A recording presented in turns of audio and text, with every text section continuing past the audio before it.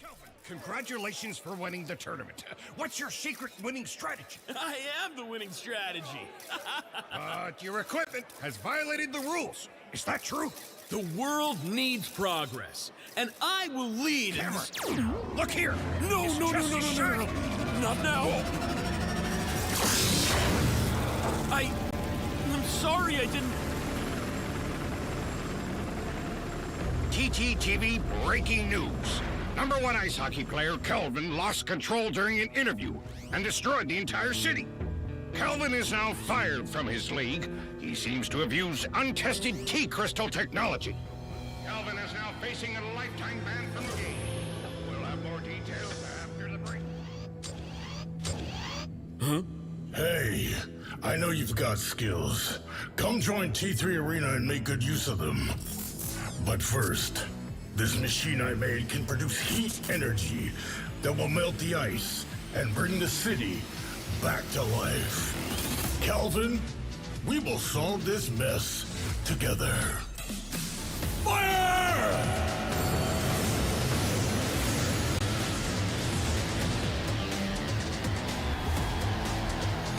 This is amazing. I'll join you, and we'll do it together. T3 Arena, Ice Fight, December 22nd, new season.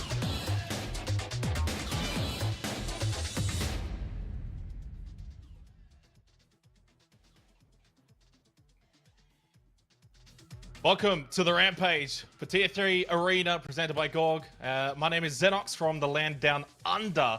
Not quite the American host that maybe many would be familiar with, but someone that is at least a familiar name. Shuri, welcome along here for the Rampage for North America. How are you feeling coming into this tournament? Oh, I'm feeling great, man. We got some amazing matches and some of the best teams in the world all ready for us to watch. We're going to have a great day. Hopefully it's going to be very exciting. Lots of games to get through, of course. A tournament that has already begun, but one that will end today. Firstly, before the games do begin, though, we do have, of course, some information to sort of get across your screens here for the Rampage. Day one was all about the qualifiers. Day two, today, all about the final rounds here for this tournament. Shuri, did you get to catch many of the games from day one? Did you sort of see how things played out? I did, and we had some really crazy ones. One of the top teams knocked out the team that finished second in the North American Pro League in the very first round, and they're making a losers bracket run. We have a lot of exciting things happening in this tournament. Of course, the Rampage, an official community tournament, and as it has been the case, you guys at home could, of course, make your own official community tournaments as well. Support there provided by T3 Arena, which is something that I haven't really seen a whole lot of in my time of esports. This is definitely a big plus for the T3 Arena community, Shuri, and hopefully with the support that can be provided, more tournaments can be up and running. Oh, for sure. We have things like the Rush League and a tournament dojo that run tournaments, a lot of them weekly, that have really big gem prizes and even cash prizes. And T3 helps us with all of that. Absolutely amazing stuff from T3. And of course, XD is the global video games developer and publisher behind T3 Arena. They're more than just a pretty big smile, of course. In addition, of course, Tap mobile games community was introduced by XD as well. So we've seen a bit of Tap throughout T3 Arena's history as well. So always good to see really the developers get a bit of a time in the spotlight. And as for GauG, of course, really, we can't do it without them in itself. The ability to help provide these brackets. It's a really good feature. And of course, for those at home, you can use GauG as well to set up your own tournaments.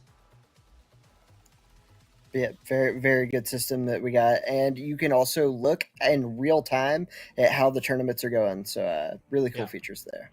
100%. All right, let's move forward a little bit, though. Of course, rules for the day, and we can kind of now turn our attention to the day itself. Double elimination. It is a best of 8 in theory. We got best of 3s all round, best of 5 for the grand final when we do get to that showdown match. Of course, the game modes themselves: Payload extended, Control extended, Clash but not extended, and then the best of 5, Shuri. 2 times Payload extended, and then Control extended times 3. Oh yeah, it's a great mode, and this is exactly what all the players wanted. And luckily, we have great tournament organizers that actually asked the pros, "What do you want?" and they gave it to them. And also the fact that, the grand final is going to be best of 5, really good way to decide the winners of the tournament. Up until that point, though, of course, Clash is going to be involved, but not quite the extended form. Shuri, thoughts on that? It is going to be a Brave War Kingdom. Do you think that's going to be much of a decider? Nah, it's basically just, instead of it being a best of 3 for the Clash rounds, it's going to be best of 5. It can affect a lot of the smaller teams in a positive way to only have 3 rounds. The way Clash works is when you win a round, you can't use those heroes again, and so you have a much smaller map pool of heroes you need. You only got to win twice, so you only got to be able to play 2 different heroes per guy, so it can be a lot better for our weaker teams in the tournament. So it's probably a good thing for us as a viewer. There's a lot of winning that needs to be done today for these teams. And what are they going to be winning? The prizes, of course. It is going to be a $1,000 prize pool, along with the gems as well. But there is one extra reward that is given as well, Shuri, if you want to sort of bring us through that. It's a bit of a special one. It's a hot commodity. Yeah, it is going to be a tournament banner. So in the game, you may have seen this if you play a lot. At the higher ranks, only like 30 or 40 people have them in the whole world. And if you win, you actually get to have a banner that says you've won tournament as like a live symbol on it. And they're very prestigious and very rare. So the winners of this will definitely like to have that. Some things money can't buy, I guess, and that's probably one of those things, and you can sort of flaunt that one. And as you said, very prestigious, and hopefully something that these players are going to want to fight for. Of course, the money is there as well, all the way from 1st to 8th, as we head over to the bracket that we've got now. And of course, these are our 8 teams remaining. As mentioned before, day 1 had the qualifiers play, and we are remaining with these teams. Are there any surprises, anything of note, Sure, that you want to sort of touch on here? Of course, we've got the winner side and the loser side already still to play. So there are a few surprises in here, like Los Capitos especially. They came in 2nd overall in all of North America, so to watch them be in the losers is rough, but I'm looking to make them make a run. Yeah, I think there's definitely a lot to be excited about today. Hopefully, for the sake of the teams on the loser side, they can make the run through. Of course, losers grand final is all they can really get to, of course, so it stays on their side. We'll see if they can get up to the grand final. For those in the winners bracket and the winners side of the bracket, I guess, it does look like it will be an easier path to that grand final to be able to participate there. So if you're Dangerous Plant exclusive, AB at Goobers, these next 2 matches, these next 2 best of 3s, so pivotal to not fall down to that losers side of the bracket. And speaking of the bracket itself, we'll move away from it because we're going to be very shortly getting into our first game. It is going to be Dangerous Plant taking on exclusive. Again, a reminder, as I said before, best of 3, payload extended, control extended, and then Clash for the final map if necessary. And it's going to be a great one. These are 2 of the best teams in North America. We have content creators on both sides, and I like to play with both these people. I'm actually an exclusive and for Dangerous Plan. I also play with these guys a lot. They're so good. The reason I play with Dangerous Plan is they carry me a lot, Rap and Dinero. So very happy to have those guys on my friends list. So I'm really excited to watch both of them play, and I'm kind of torn on who I want to win. Well, some irony in that, if you get carried by them in game, you're going to be doing the carrying today out of game. Of course, I am no T3 Arena expert down under in the land of Australia. Unfortunately, mobile, iPad games, just not a thing. It is maybe something that might happen in the coming future. We are always a good 5-7 years behind the great land of the USA. Hero bands coming up, though, Shuri. Now, this is one thing you were sort of talking to me about before we got on air back in the green room, that we're probably expecting only a handful of heroes. These bands out first. Johnny Jet, Aletta, talk us through this. I mean, I'm assuming these are expected bands. Yeah, so the Johnny Jet normally would not be expected, but there is one guy called Wake Up and another on the other team, Rap, who are unbelievably good at Johnny Jet. So so you might not see Johnny Jet happen that often, but that's 100% why that got banned. Both those players are 2 of the best at it, and it can be very annoying. But Aletta, I could see him getting banned every time. Yeah, 100%. From the very brief research that I've been able to do of this one, Aletta, definitely a strong hero. Of course, that does leave us with not much more time until we really get into this match, as teams is just sort of making their way in. I guess I'll get your thoughts, Shuri, about who you, I guess, predict to move forward and to win this best of 3.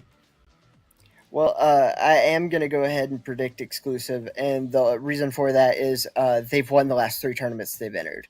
I mean, it's one of those things where it is expected, but the last time these two teams faced each other, it was a brutal 3-1, and it came down to a control that was a 99 to 100. So if that goes like the other way by 1%, I mean, that's a game 5.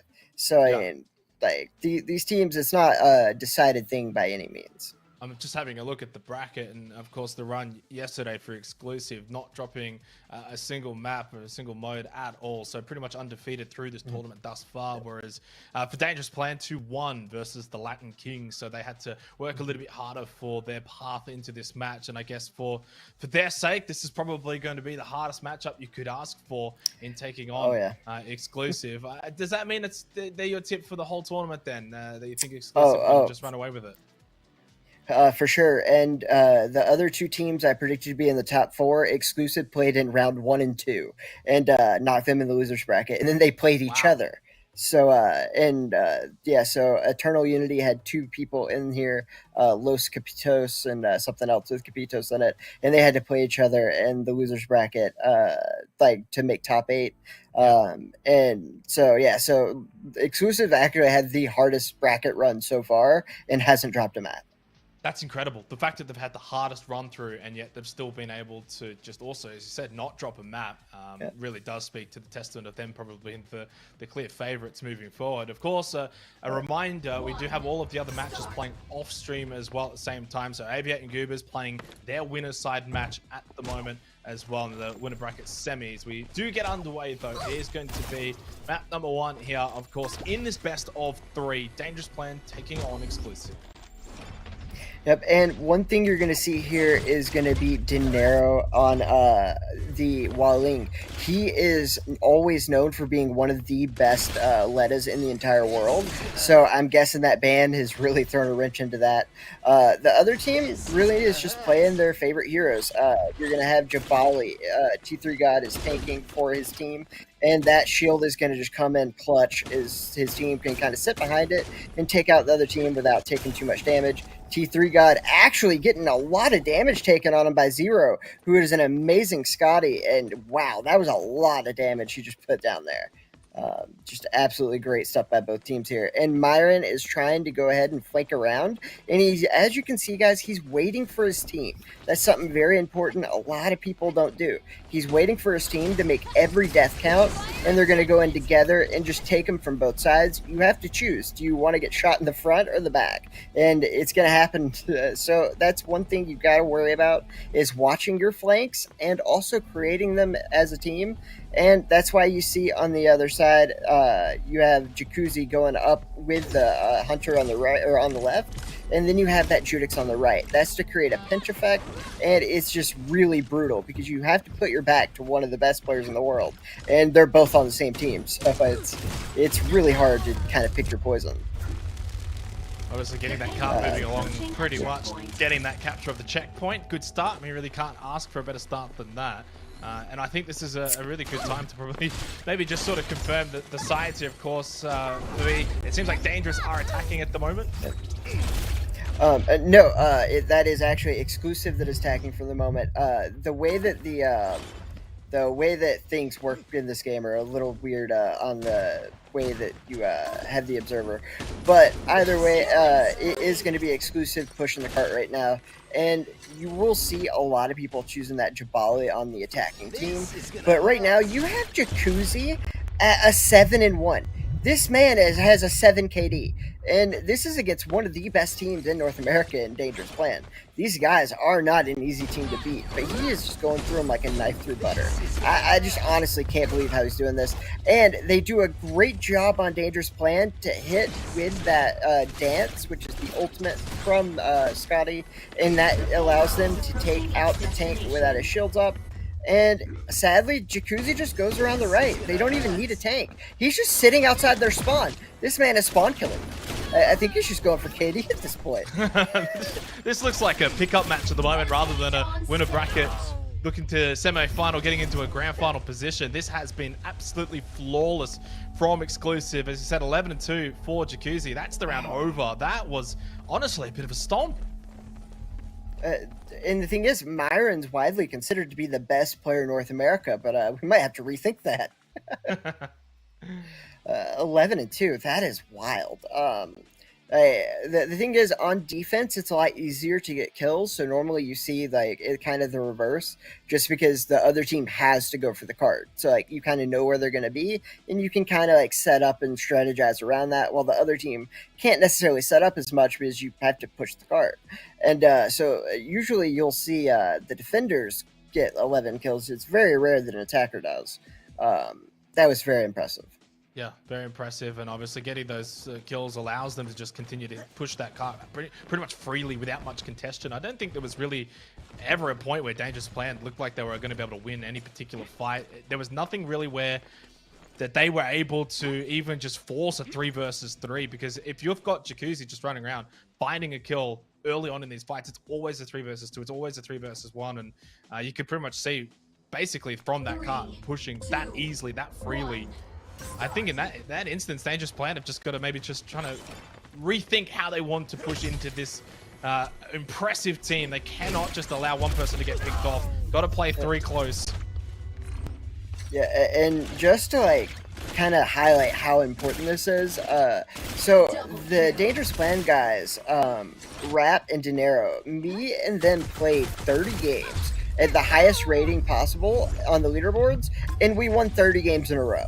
So these are some of the best players in the game, and it just looked like they weren't even the same league, and that is just crazy. But as you can see, Dangerous Plan is doing a really good job here to push the cart themselves, and the one problem that they're going to have is Exclusive knows exactly how much time they need to hold back, so Exclusive doesn't need to stop them. They just need to contest the cart, because Exclusive got it through, like you said, almost no resistance. So they only have about 3 minutes to get the card in, and it takes about 2.5 minutes to do it with no contesting. So all Exclusive has to do is put their ultimates up and just go in there at the right times. T3 God actually shoots into a reflection shield and somehow lives through it. That is brutal. The ultimate from Jabali reflects damage back at people, but T3 God used his Yas dash to go through it and then hit the guy in the back. And just absolute perfection from this Exclusive team. But again, Dangerous Plan's doing a very good job to move it. The problem is they set themselves with such a huge milestone to make that it's almost impossible to run it in 3 minutes. It takes 2.5 minutes to get uncontested. And to their credit, they're getting there. I mean, like, this is very, very impressive. And they're showing that, hey, we're one of the best teams too. It didn't go our way on that first round, but they're doing a great job to prove that they should be here. I mean, you have the Judex going 5-2 on Dangerous Plan. He does end up getting taken out, and this is where it's going to get the hardest. As they start to spawn closer and closer, all they have to do is touch the cart, and it will not move. And as long as you have the people on Exclusive knowing they only need to hold out for 30 more seconds, that's where you're going to have this problem come up. And now they're going to spawn trap them, and they only have to pause it for about 20 more seconds, and it's already over. Yeah, I mean, this is one thing that really Dangerous Plan were not able to do on their own defense, is really stall this out, force this proper fight. Exclusive have finally been able to do that, get a little bit of that cart slowing down, bit of control. It feels like if they can win this next fight, it's going to do a world of good for Exclusive. Dangerous Plan really going to have to find a way to win this next one, keep that cart pushing forward. And so one thing that it's going to be very important here, and you're going to love this, it's a great feature on our game. So when you have hit the time limit on Escort and you're attacking, it doesn't end the game. So like basically, even though there's 2 minutes left, it's kind of a problem because the game will keep going on. So at this point, Dangerous Plan's already lost because it's taken him 3 minutes 17 seconds, but it's still going to make them cap it. So that is one one feature of Escort that most people don't like. Yeah, that's actually quite interesting. It's not one that I would have honestly expected, but that's why you're the pro and I'm the newbie host guy. But I think it really does speak volumes. Obviously, this very first map already, how good Exclusive are and how difficult they are going to beat throughout the rest of this tournament.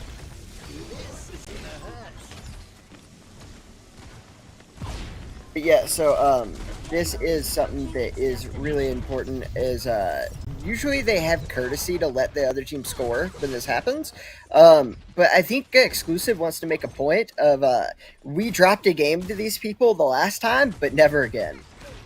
So I think there's being a bit of an example made by the side of Exclusive here, and I think they might still be a little salty about going 3-1, which is crazy how you can be so good that you drop a map and it's personal.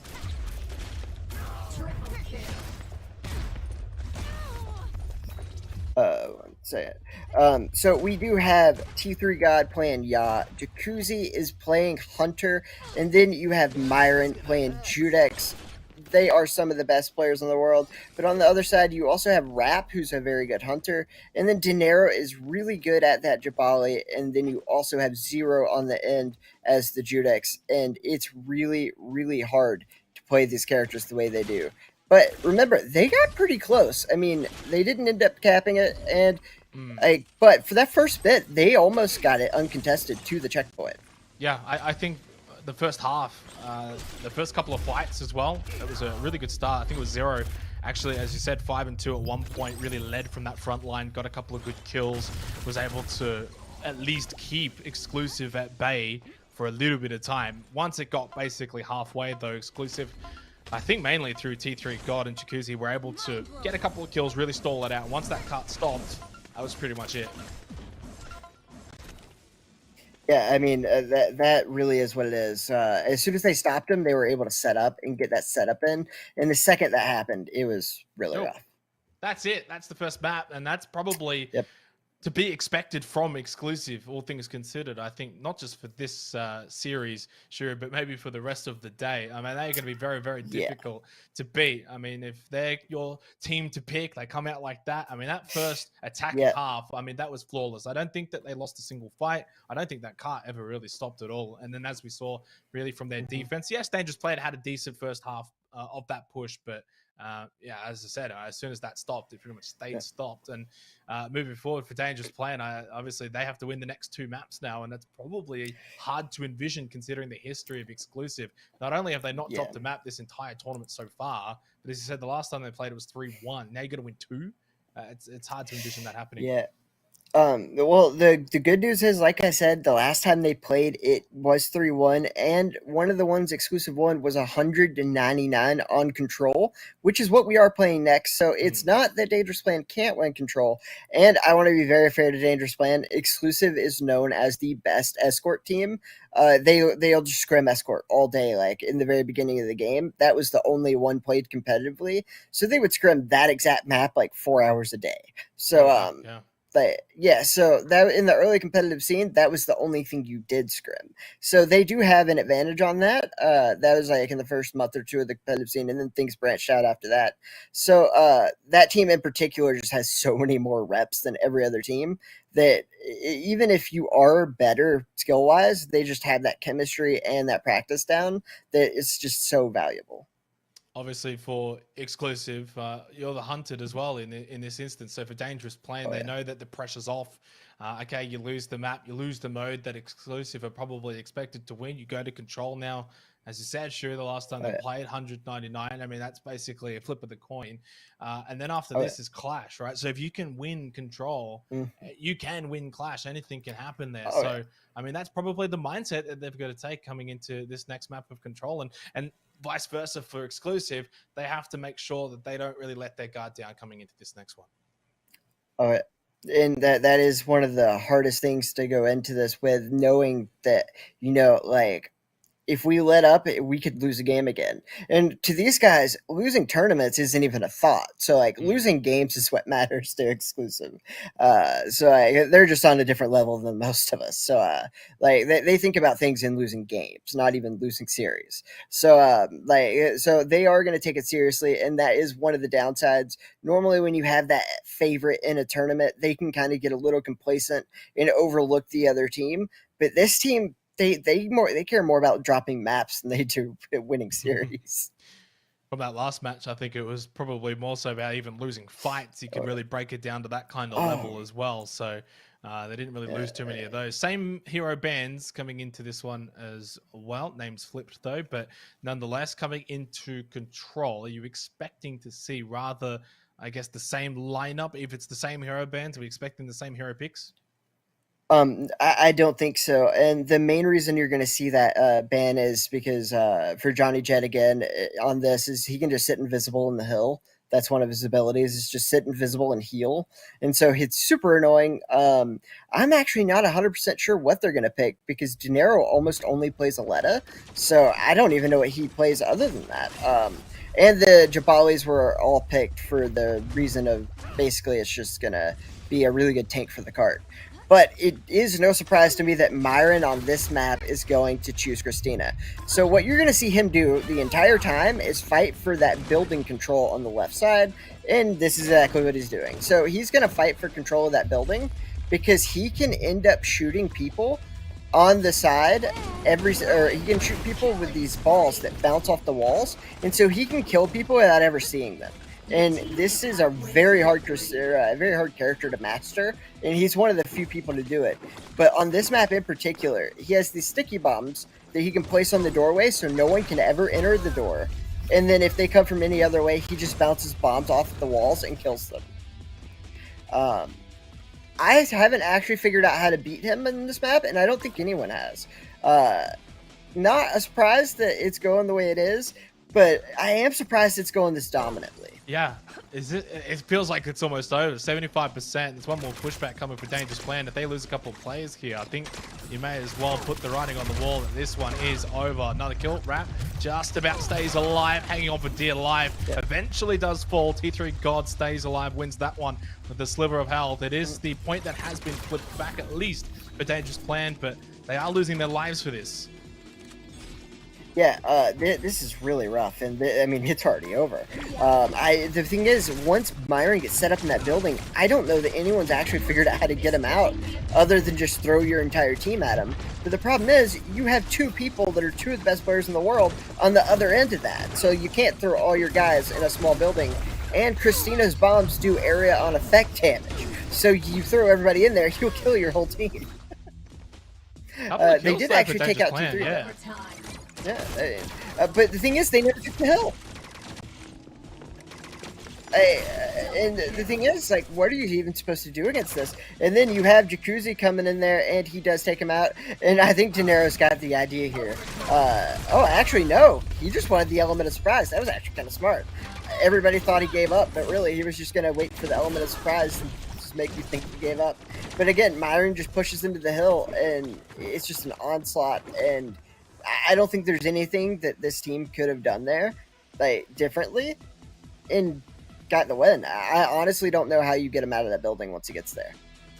No, I mean, that's an absolute stalwart play from Exclusive. Again, no surprises. At one point, though, I think it was like 75% to 0. I mean, essentially, Dangerous Plan just could not steal it at all. They could not get in control of the point.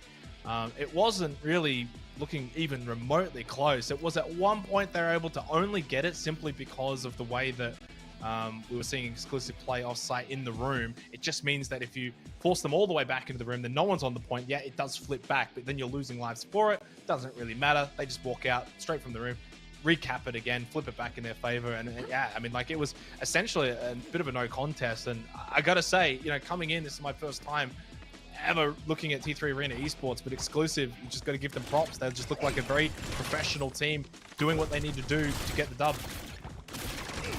Yeah, and that's exactly what it is. These guys play this and they take it seriously.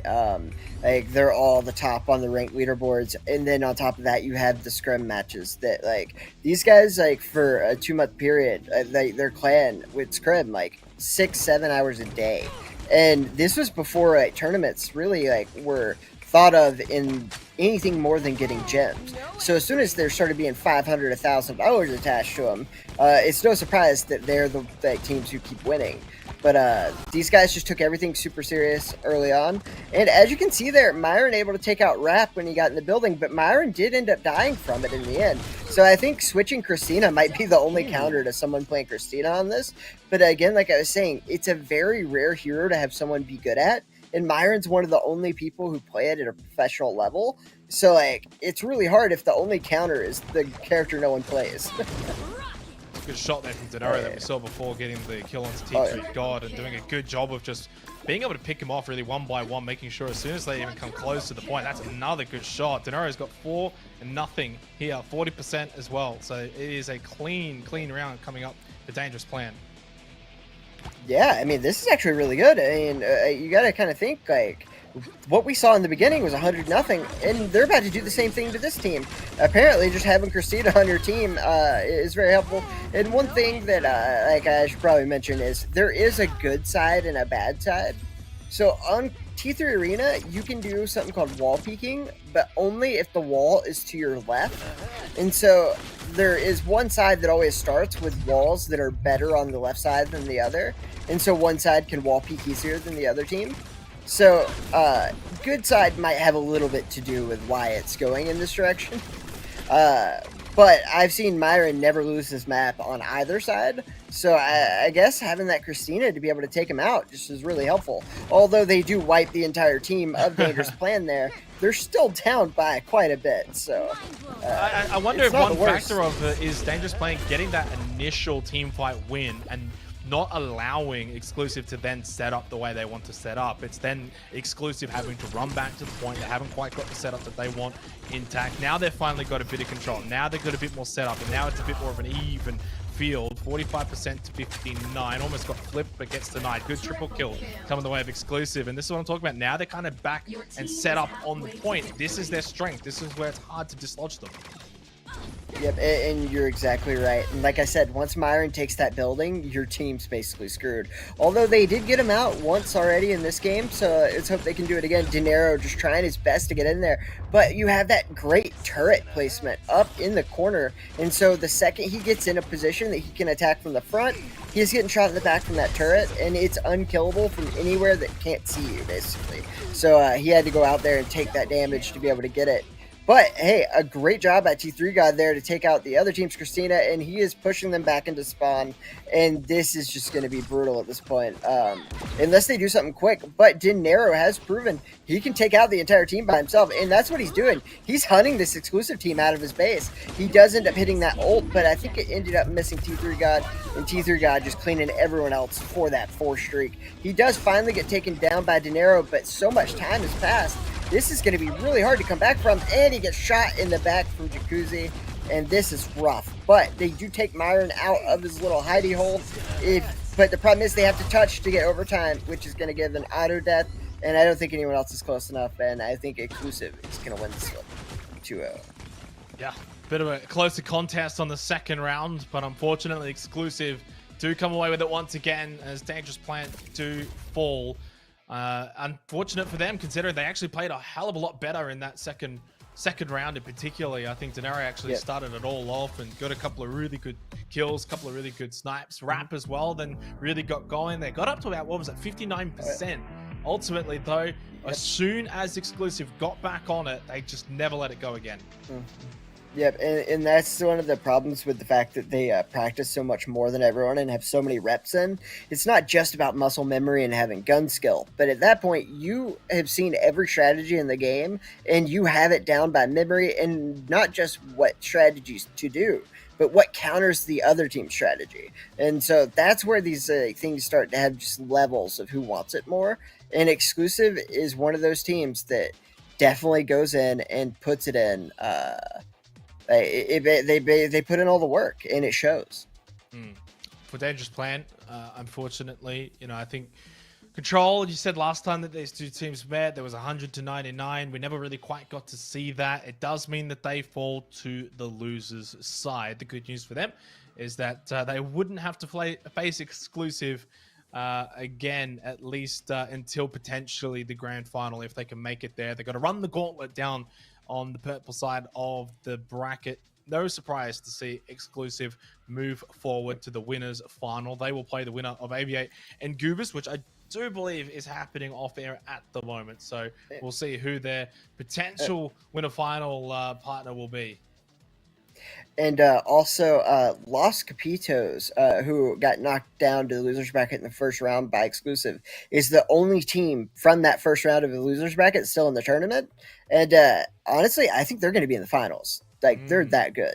They just had some very unfortunate luck to get exclusive first. But so it is something interesting that they may make a literal full losers bracket run to the finals. That'd be a great storyline, and I would be excited to see that. But the problem for Dangerous Plan is that's who they would play next if Los Capitos wins their next match. Well, plenty of spicy They have matches. the number one team. Yeah, number one team straight into the number two team. Yeah. Oh man, that's exactly what you want to hear. Like, you finally get a top 8 in winners, and then all of a sudden you're like, oh, who do we play in the next 2 matches? Oh, okay, that's great. Like, yeah. Well, there's a lot of really exciting matches still to play here for day 2 of the Rampage. We are going to go to a short break. That was really quick from exclusive. Don't go too far, of course. We've got plenty of more spicy matches throughout the day. We've also got some gift codes that will be showing up. We'll get those out sooner rather than later. So make sure you stick around for now. We go to a short break.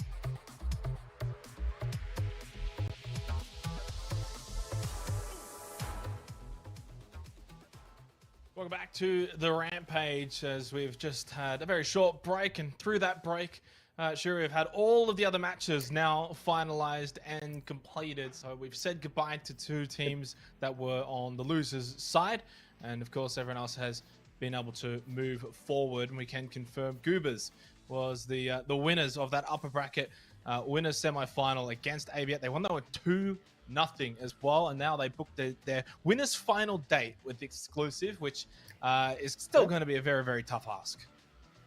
Oh, for sure. But I have learned that Myron had a bet with Goobers whenever they would play. He would let them choose his heroes. So if you see interesting hero choices on the part of Myron in this match, that means he held up to his end of the bargain. So hope to see that. And on the losers side, the purple side, of course, Aviate, they dropped down. They'll take on the Carry Corner, who got a free win over Initial X, who unfortunately did not have enough time to show up. So they'll get their first match against Aviate. And then Dangerous Plan versus Los Capitos.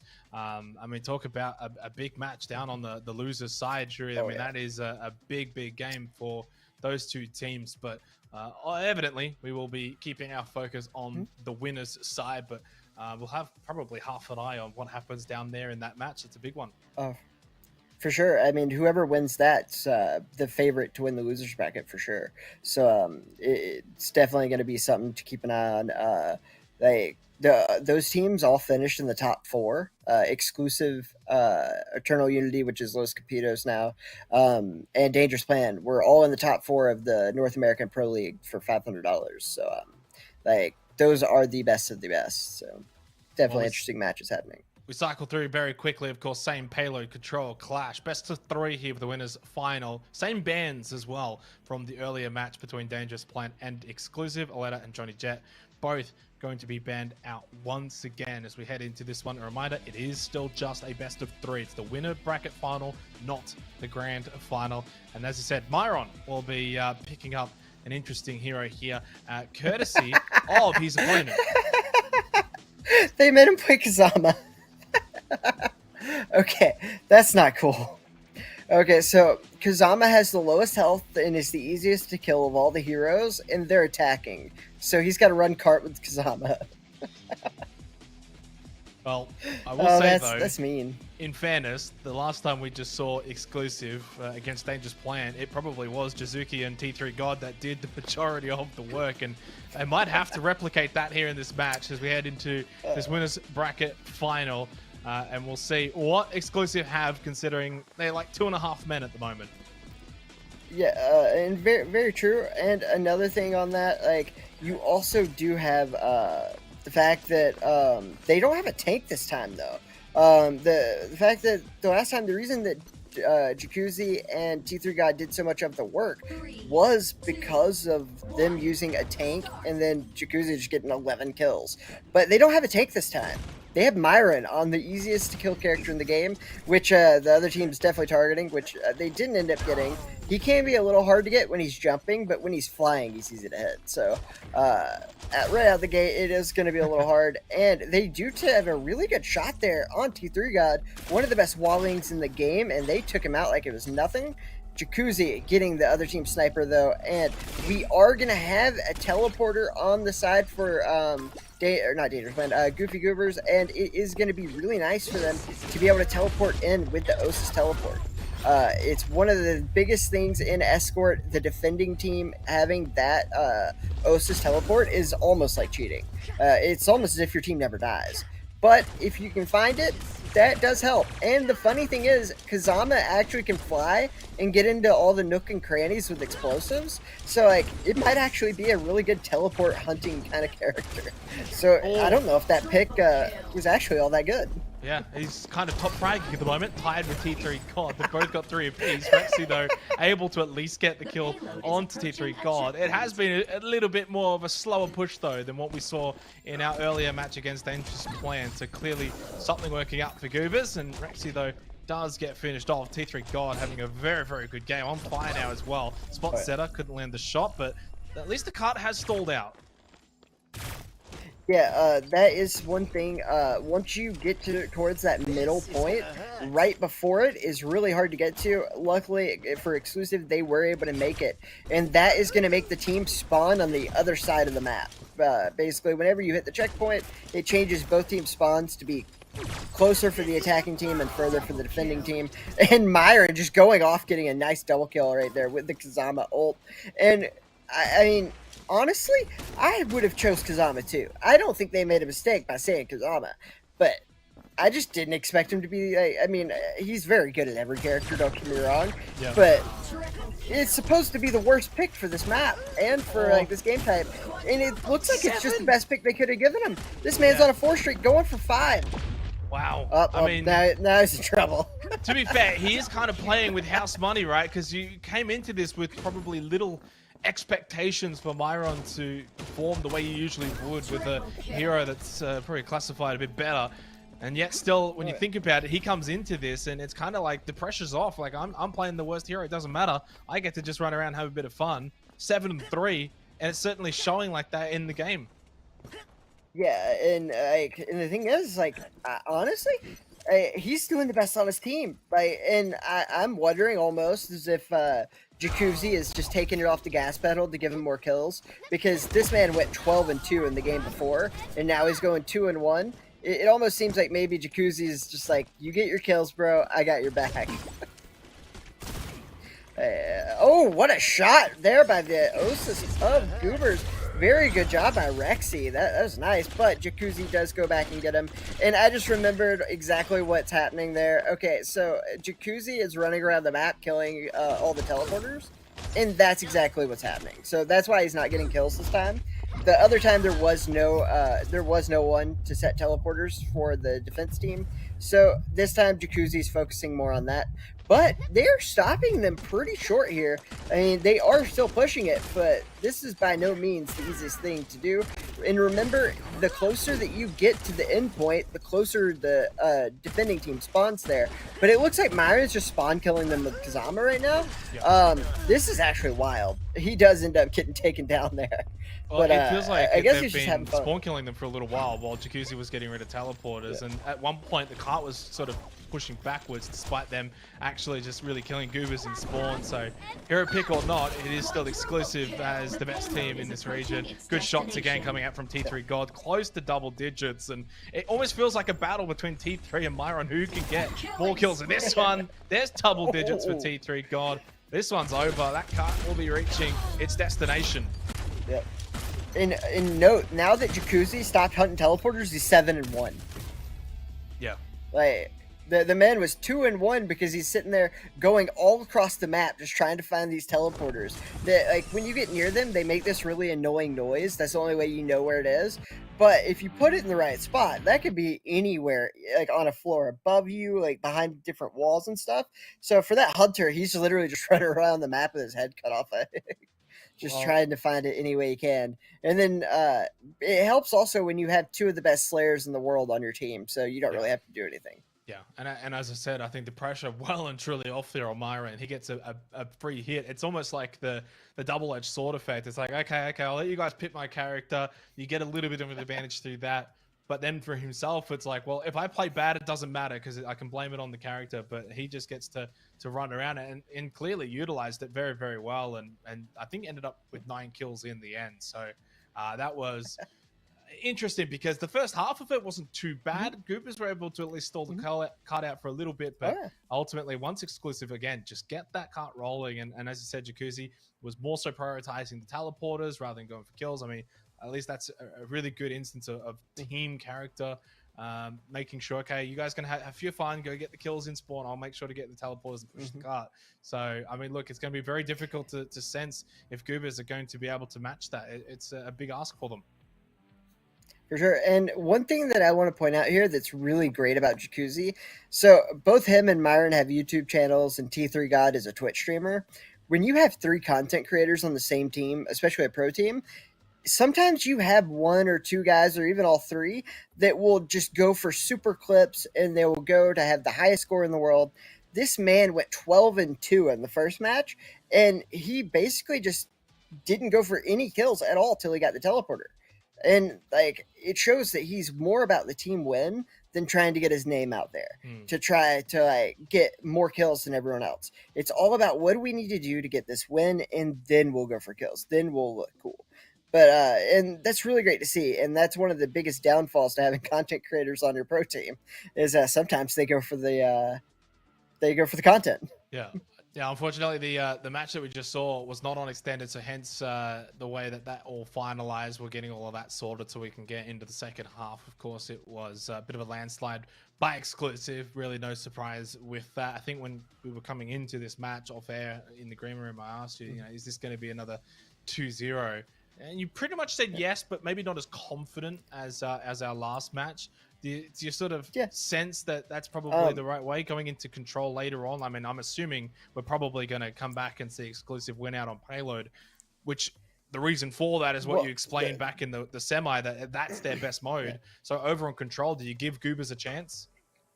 Well, I have just learned that we are actually replaying the entire game, so none of it counts. But I mean, I'm not. I think what we saw, right? If it was a close affair, if it was an arm wrestle, if it was back and forth, you might say, okay, maybe the result might flip the other way. But I'm assuming we're probably just going to see exclusive have fun for another 5 minutes. Well, I have some information that Myron's choice that they gave him for defense is a character called Gatlin, that when it shoots, it's not able to move. So for a team with a sniper, basically anytime Myron shoots, they can just kill him instantly. We'll see how that plays out. So, their last pick didn't do so well for them. That is very true. That was a horrible pick. It almost seems like it helped Myron. But I am saying, like, it's not going to be your typical exclusive defense. It's going to be a character that Myron doesn't play on defense, and also a character that's really easy to counter at the pro level, where if you have a good sniper, if you see him shooting, like, he can't move if he shoots long range on that character, and the character doesn't do anything up close, so he kind of has to do it long range. So it might be a really hard defense from this exclusive team. So if they can stall them at all, they might be able to actually breeze through it and get that win. It isn't a foregone conclusion, but yes, this exclusive team is the best in the world. They were two of the best teams, and then they made a super team, and then ever since then they haven't lost a tournament. So it's going to be hard for anyone to really come into this and like beat them. But I do know that in scrims, like some of these teams have beaten exclusive in scrims. So it isn't something that's undoable. It's just that they're in rare form tonight. They aren't missing shots. They're playing with characters you don't play and just like going double positive. Yep. So I mean, like if they're playing like this, I don't know how you stop them. But hey, you just have to be on the same level, and you have to be in that flow state too, and just hope that you can kind of be the one that knocks them down. And the one problem when you're running at a high like they are right now, it's really easy to get discouraged if you get stopped, because you go at that high and then all that adrenaline just stops flowing and everything starts going wrong. It's really easy to kind of just like let that get to you and kind of lose all your mental. So like that might be something that some of these teams are really going to look forward to, is if you can stop exclusive, can they recover from it? Because it's not a team that's used to losing. Like I said, it's personal if they lose a single game, not a series. So, like, do they have the mental fortitude to bring it back? Can you get it and then make it a game? And that's what they really need to try to do. But right here, it looks like all that, like in the beginning when they had all of that resistance, that's not here anymore. So, like, that really seems like a problem. Well, I was going to say, have actually, to figure something out. The last time, of course, we played this was a pretty decent defense from the Goobers at the start. Yeah. There was that resistance. It was a bit more of a struggle to get to this first checkpoint, whereas, unfortunately, here it's just completely one-sided. Myron is 4-0. They get to the checkpoint. They get here with ease, and honestly, quicker than the last time we played this out. So more of the same for exclusive so far, and Myron's just having a field day. Oh yeah, the man's 4-0. I can guarantee you have just become a star of a YouTube short or two, Xenex. So congratulations. It is just It's absolutely hilarious that he can adapt with characters that no one plays and do this well. But it's not really that surprising when you have Jacuzzi over here, who is 5-1 when he's not hunting that teleporter. All he's doing is just going and getting just free kills everywhere he goes. And then Myron only has to shoot him with like a long-range rocket once after Jacuzzi gets him low. So, I mean, just what a good knockback. He's using his ultimate in the perfect way every time. Jacuzzi is just so hard to play against when he's playing Hunter, and it just shows why he's one of the best in the world. Instead of getting sniped out means really for Goobers, they have to just maybe sit back a little bit, wait for all three. You can't just keep just straggling in. Dope falls. As soon as Zeta's back up and in, you lose one more, then Zeta falls two. Picked apart one by one, and that's costing them big time. So, what is the bet that in the voice call right now you have Goobers saying, like, do you think they'll just count the first one instead? It's okay. Can we have that first result? Yeah. Remember when I told you that if you go on payload with no resistance, you can do it in exactly 2 minutes and 30 seconds? Yep. That was 2 minutes and 32 seconds. Yeah. That is. Oh my God! Incredibly one-sided half for the attacking exclusive. They do go on the defense now, as you said. Gatling comes in, I do believe. Yep. So, I mean, that's look, the middle one. Will it make a difference, though? It's hard to say. I actually think it will. Okay, so one, I don't think they can win now. It's impossible. They didn't contest the card at all. So all exclusive have to do is go to the cart once. So I don't think it's actually possible to win. But one thing here is Myron is playing on Gatlin, but you also have the other two playing random picks as well. Well, it's not random. T3 God is the only person who will play Vincent in competitive play. It's a character that has 2,000 health, which most characters do as a body shot. And it has one-shot kills, but it's very hard to use. And it's like almost worthless. So they're kind of just picking meme characters at this point. But the problem is that, like, there was no defense this time. Honestly, if that first round counted, I think that they might have a shot here. Well, the first round didn't count. I just don't. It was the second one that counts, and so therefore it's it is very still true. going to be very, very difficult here for Goobers. Hero picks aside. Well, I mean, it's already over. They didn't get to the cart in the first 2 seconds. It's been 15 seconds, so I mean, they can't win at this point, which is very unfortunate. But hey, we do get to watch him play some characters we don't normally get to see, so it's still going to be a treat. And they do actually kill Jacuzzi very quickly. Myron's just sitting back there in his Gatlin, knowing that he can't move. So when you see him spinning, he's getting out of a stance that allows him to shoot from far away. But when he's in that stance, he can move at 10% speed, which is basically not moving. And so what he's trying to do is he's trying to shoot them a little and run away over and over. They gave him the worst pick ever for defense. So that one was definitely a good pick. Although he does have 2 kills. So there is that. But yeah, like I said, like, it's just really unfortunate that they didn't have nearly as good as a defense as they did the first time. Because that team that did it the first time, like, they actually stopped them really relatively good in the very first part of it. Until the very end did exclusive have an easier time. But yeah, so it just kind of is unfortunate that like the game just doesn't end. But hey, we do get to see some techniques and some characters that you don't normally see. So I mean, there is that. It's just really unfortunate that they didn't do as good as they did that first time. Either way, they are able to go ahead and kind of get Jacuzzi to back down. Myron is on 1 bar of health as well. Myron actually able to get out of there and heal back up and get some team support from Jacuzzi. And T3 God sitting behind that wall. What they're doing right here is T3 God has to be touching you to kill you instantly. And so Myron's just baiting them, trying to get him to come in, but they do kill T3 God instantly. That's why that character's a little rough to choose in competitive. But oh my God, don't let them get to the checkpoint. So if they get to the checkpoint, it just extends things by like 3 or 4 minutes. Well, I mean, look, I think for them at this point, if you're Goobers, you got to kind of treat this almost like a scrim. You got to try it until the end. Very true. So you can't just give up. Yeah, I agree. Because remember that you're right. Like all of this rolls into the next game. Like, hey, like we were able to cap it on you. Like, and you were trying your best at the end, but we made it work. Like once we got you out of like our base, basically, like we were able to like outplay you. And like those kind of mental things really are important. Like not just to show exclusive, hey, we're here to show up and play, but also for yourself to know that hey, we can do this. And the thing is, there are people on this Goobers team that are very good players. So like they can do this. It's just like it's the same thing that happened with Dangerous Plan. Like exclusive just makes you look like a lesser player when you're one of the best players in the world. Like, and that really is unfortunate. But it does look like we're just gonna stop him here. So that part's good, I guess. The thing is, this Hunter actually got a nice triple. You're right. Nope, he did. Okay. Well.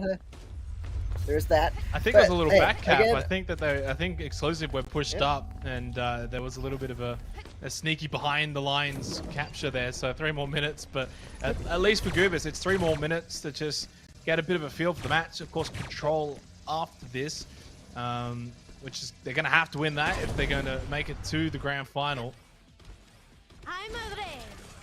Yeah, and you're right. And not just this game, guys. Remember, we do have a losers bracket. This is the winner bracket finals, believe it or not. Like, I mean, like, so the winners bracket finals, they have to play another game after this against a very good team as well. And so, like, every bit of confidence you can get from this game or save is important. So going for the win here, even if you aren't going to win, is super important just to show we capped it on exclusive, because if you can do it against exclusive, you can do it against anyone. And so that's going to bring it into the other games in the losers bracket as well, which can help them get back to that finals and get into that cash prize money, man. So it's definitely good for Goobers to show that they can do this here. And I don't blame them at all for keeping going and trying. And I mean, heck, they're not doing the worst job.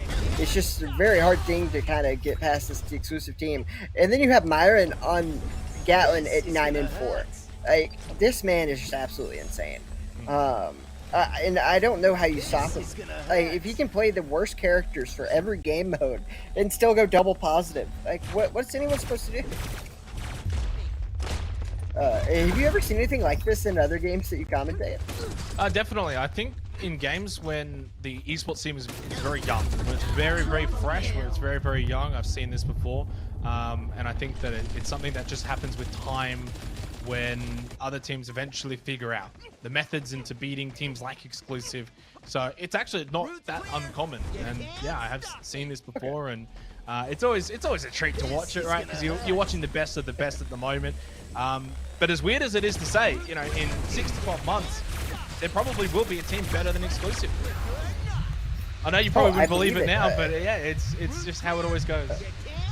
Well, exclusive isn't the first like exclusive to be in our scene, so like I totally believe it. Like there were other teams before them that were the dominant dynasty team, and I guess that kind of makes sense the way it is. And also, Myron does come from a competitive Overwatch background, where there is a ton of there's a ton of talent and people who like are just really competitive in that game, and a ton of players as well. So he kind of has that like intelligence and game sense that kind of carries over from that, and I think that helps out him a lot. T3 GauG also is a top 500 Overwatch player as well,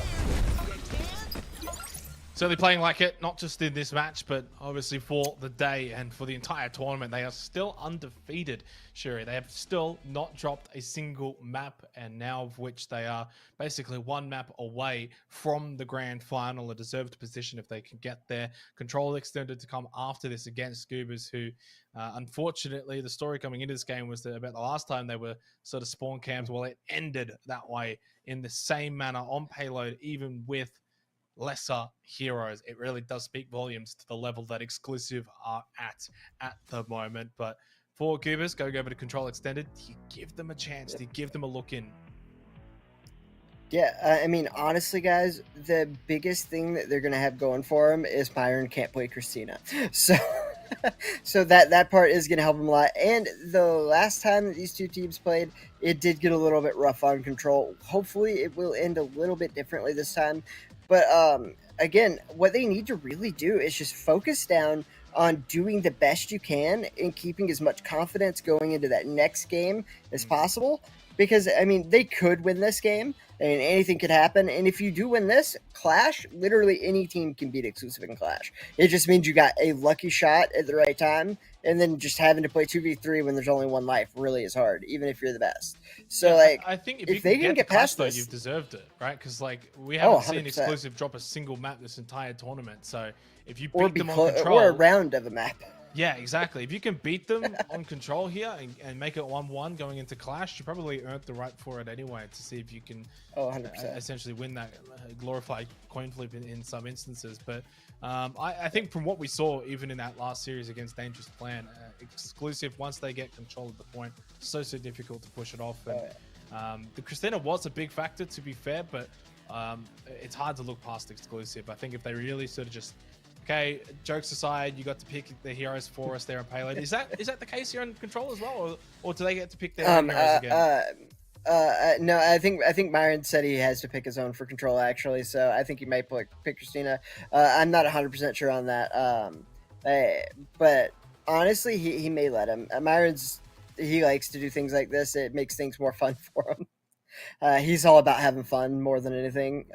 So he may let him pick again. I'm not 100% sure on that. But the way he looks at it is he has the two best teammates in the world, literally. So it's one of those things that, like, he can just sit there and not play as far as he's concerned. He's got the best team behind him, and he's the best player in the game. So, like, when you have that going for you, the confidence you come into these games with is so high and just crazy that, nope, he's playing Christina. Okay. Yep, that's rough. Actually, this map's not that bad for it. This is the worst map for Christina of the control maps. So, it's still a pretty good one. It's just it's not as dominant. There's not as many like tight corners for him to sit in or rooms that he can go in. He has to go out in the open a lot more. And the hill has a... Oh, wait, no. Okay, then we're on an elephant. My bad. All right, yep. Nope, this one's a great map for Christina, actually. Well, yep, Myron's been playing, though, I think it doesn't matter what map it's going to be on. The way he made the Kazama look like an S+ tier hero. Yeah. I think it's going to be a tough ask here for Goobers. Yeah, it's crazy. And Kazama is a very good hero. It's just like at the higher levels, it's not. T3 God jumps off the map. That's so unfortunate. So there's this glitch on certain rails that if you dash through them, it just goes through the railing. And it's not all the rails on this map, but it's some of them. So he just got unlucky and hit one of the rails that you can go through. So T3 God does end up going through the map. But hey, he's already back, because that is the beauty of a yaw, is the fact that you can dash back to where you need to be. And they're actually having a lot more trouble this time, Exclusive is, to be able to get the map.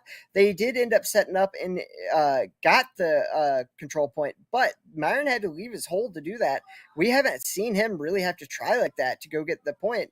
And a lot of these times, I mean, Myron just sits there and does what he has to do in his little building, and then his teammates worry about the point. So this one's a lot more competitive than the other ones, even though they don't have any points yet. Like, it hasn't been an easy way to get here, and that's what's important, because you got to be able to keep Exclusive from setting up. And when they do set up, you have to be able to get them out. That's the only way to be able to beat them, is you have to go in there and win that 3v3 fight. And they're proving they can do it. And so, I mean, that's really important. And what a great play by Jacuzzi. Did you see what that teleporter was? He put it up on top of the map. That was crazy. And because he ended up getting it, that's a really hard one to find. So Jacuzzi doing a great job to take that teleport out. That teleport would have been really nice to be able to just drop from top of the map straight into the hill. That is quite a good teleporter. And to be able to take it out, Jacuzzi's just on another level. But sadly for Dangerous... Do apologize just quickly. No sound at the moment, but fixing that. So it is on. It is getting fixed at the moment. It is noted. But yeah, Jacuzzi, that was a big play, and was also able to flip the point back as well in favor of Exclusive, now up to 50%. Oh, but they're a really good kill by Zeta to kill Myron. They can actually get this right here. They need to take out T3 God, and he is going to just hunt down that Osis. And right here, Scotty is going to be able to web him. Oh, T3 God's in a lot of trouble here. What a great job by this Scotty to web him and then get the heal, but T3 God kills him anyways. Oh, no. He had T3 God to nothing, but T3 God got the heal and was able to make it work. And then he goes in the middle to get the Scotty's ultimate, or not, sorry, Sindri's ultimate that allows him to have more armor. And now you're fighting an exclusive team that all has bonus armor from the ultimate from the Sindri. This is going to be a very hard break. But they do have one shot at it, and Myron does get knocked back there into the heal, so the heal is gone. That is how Myron always lives here, is there's a full heal, but it is gone at the moment, so that may help in the final break attempt. They only have one more that they'll be alive through. The Osis actually going behind to try to pinch and kind of distract people, giving his team a chance to break the hill, but then T3 God hits the ultimate on the yacht, and it is all over. Not a bad effort, though, from Goobers. I think there was that point early on where they were able to get not only the initial kill, get a little bit of the point, 16%.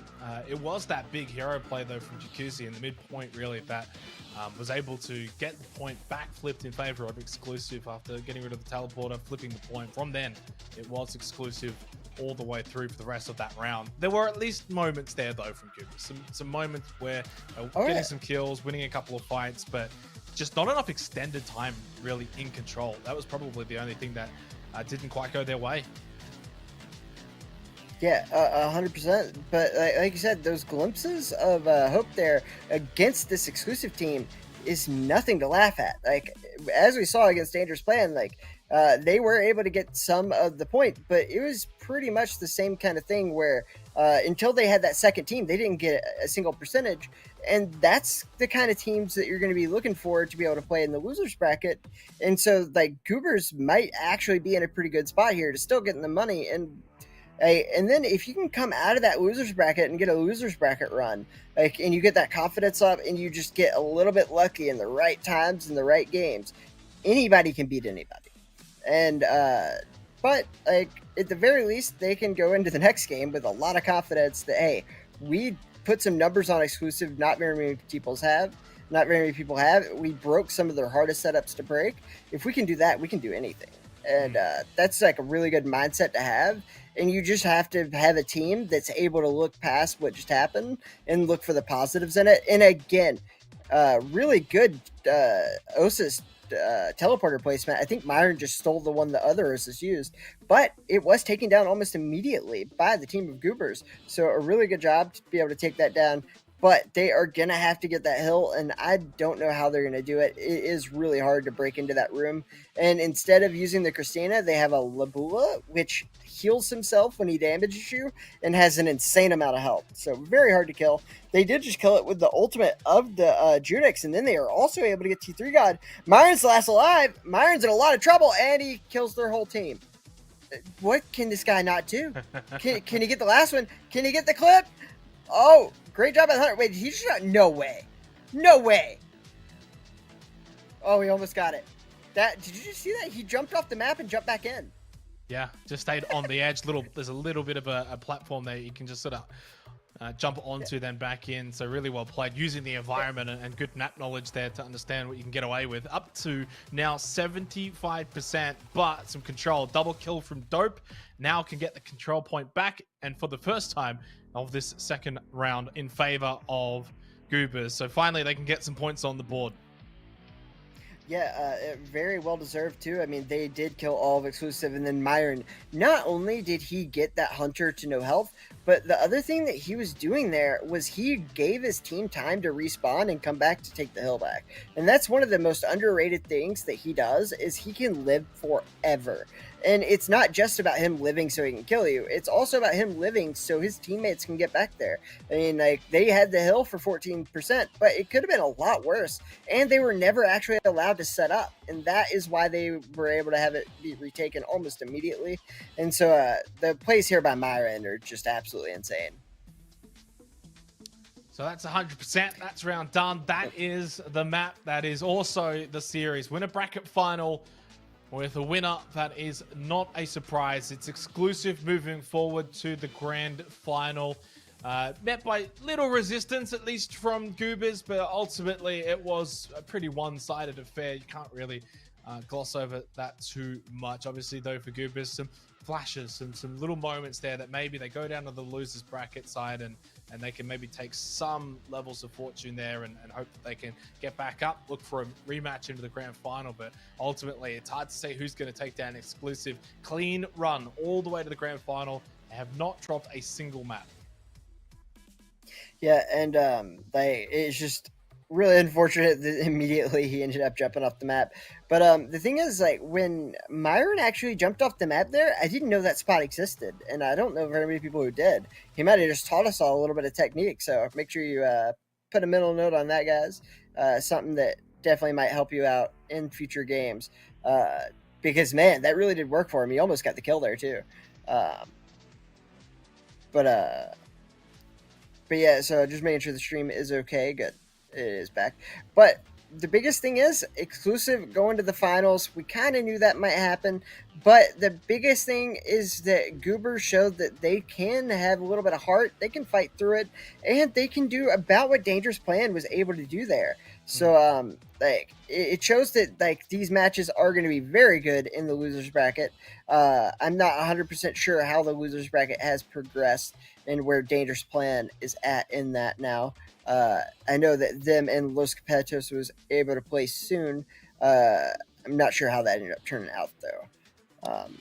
Yeah, I think we'll probably wait and see how all of those results have played out elsewhere. Of course, those matches happening at the same time.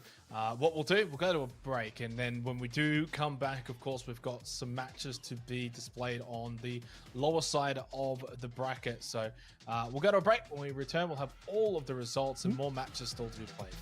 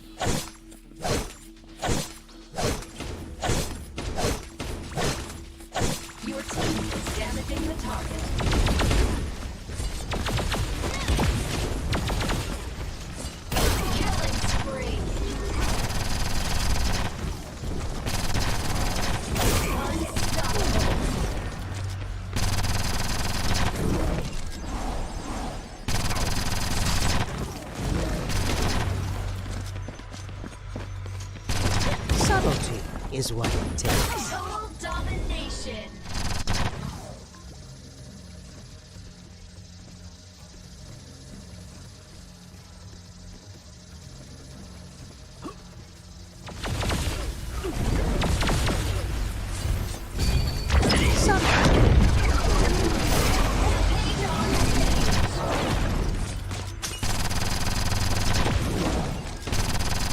Rampage on stage. Double crystal damage.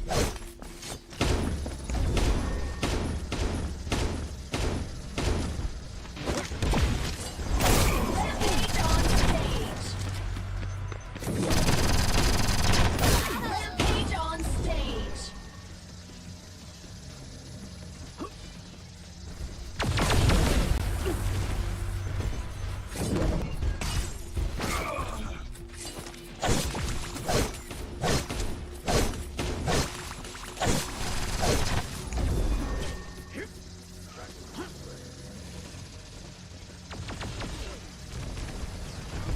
Their crystal is crumbling. Rampage on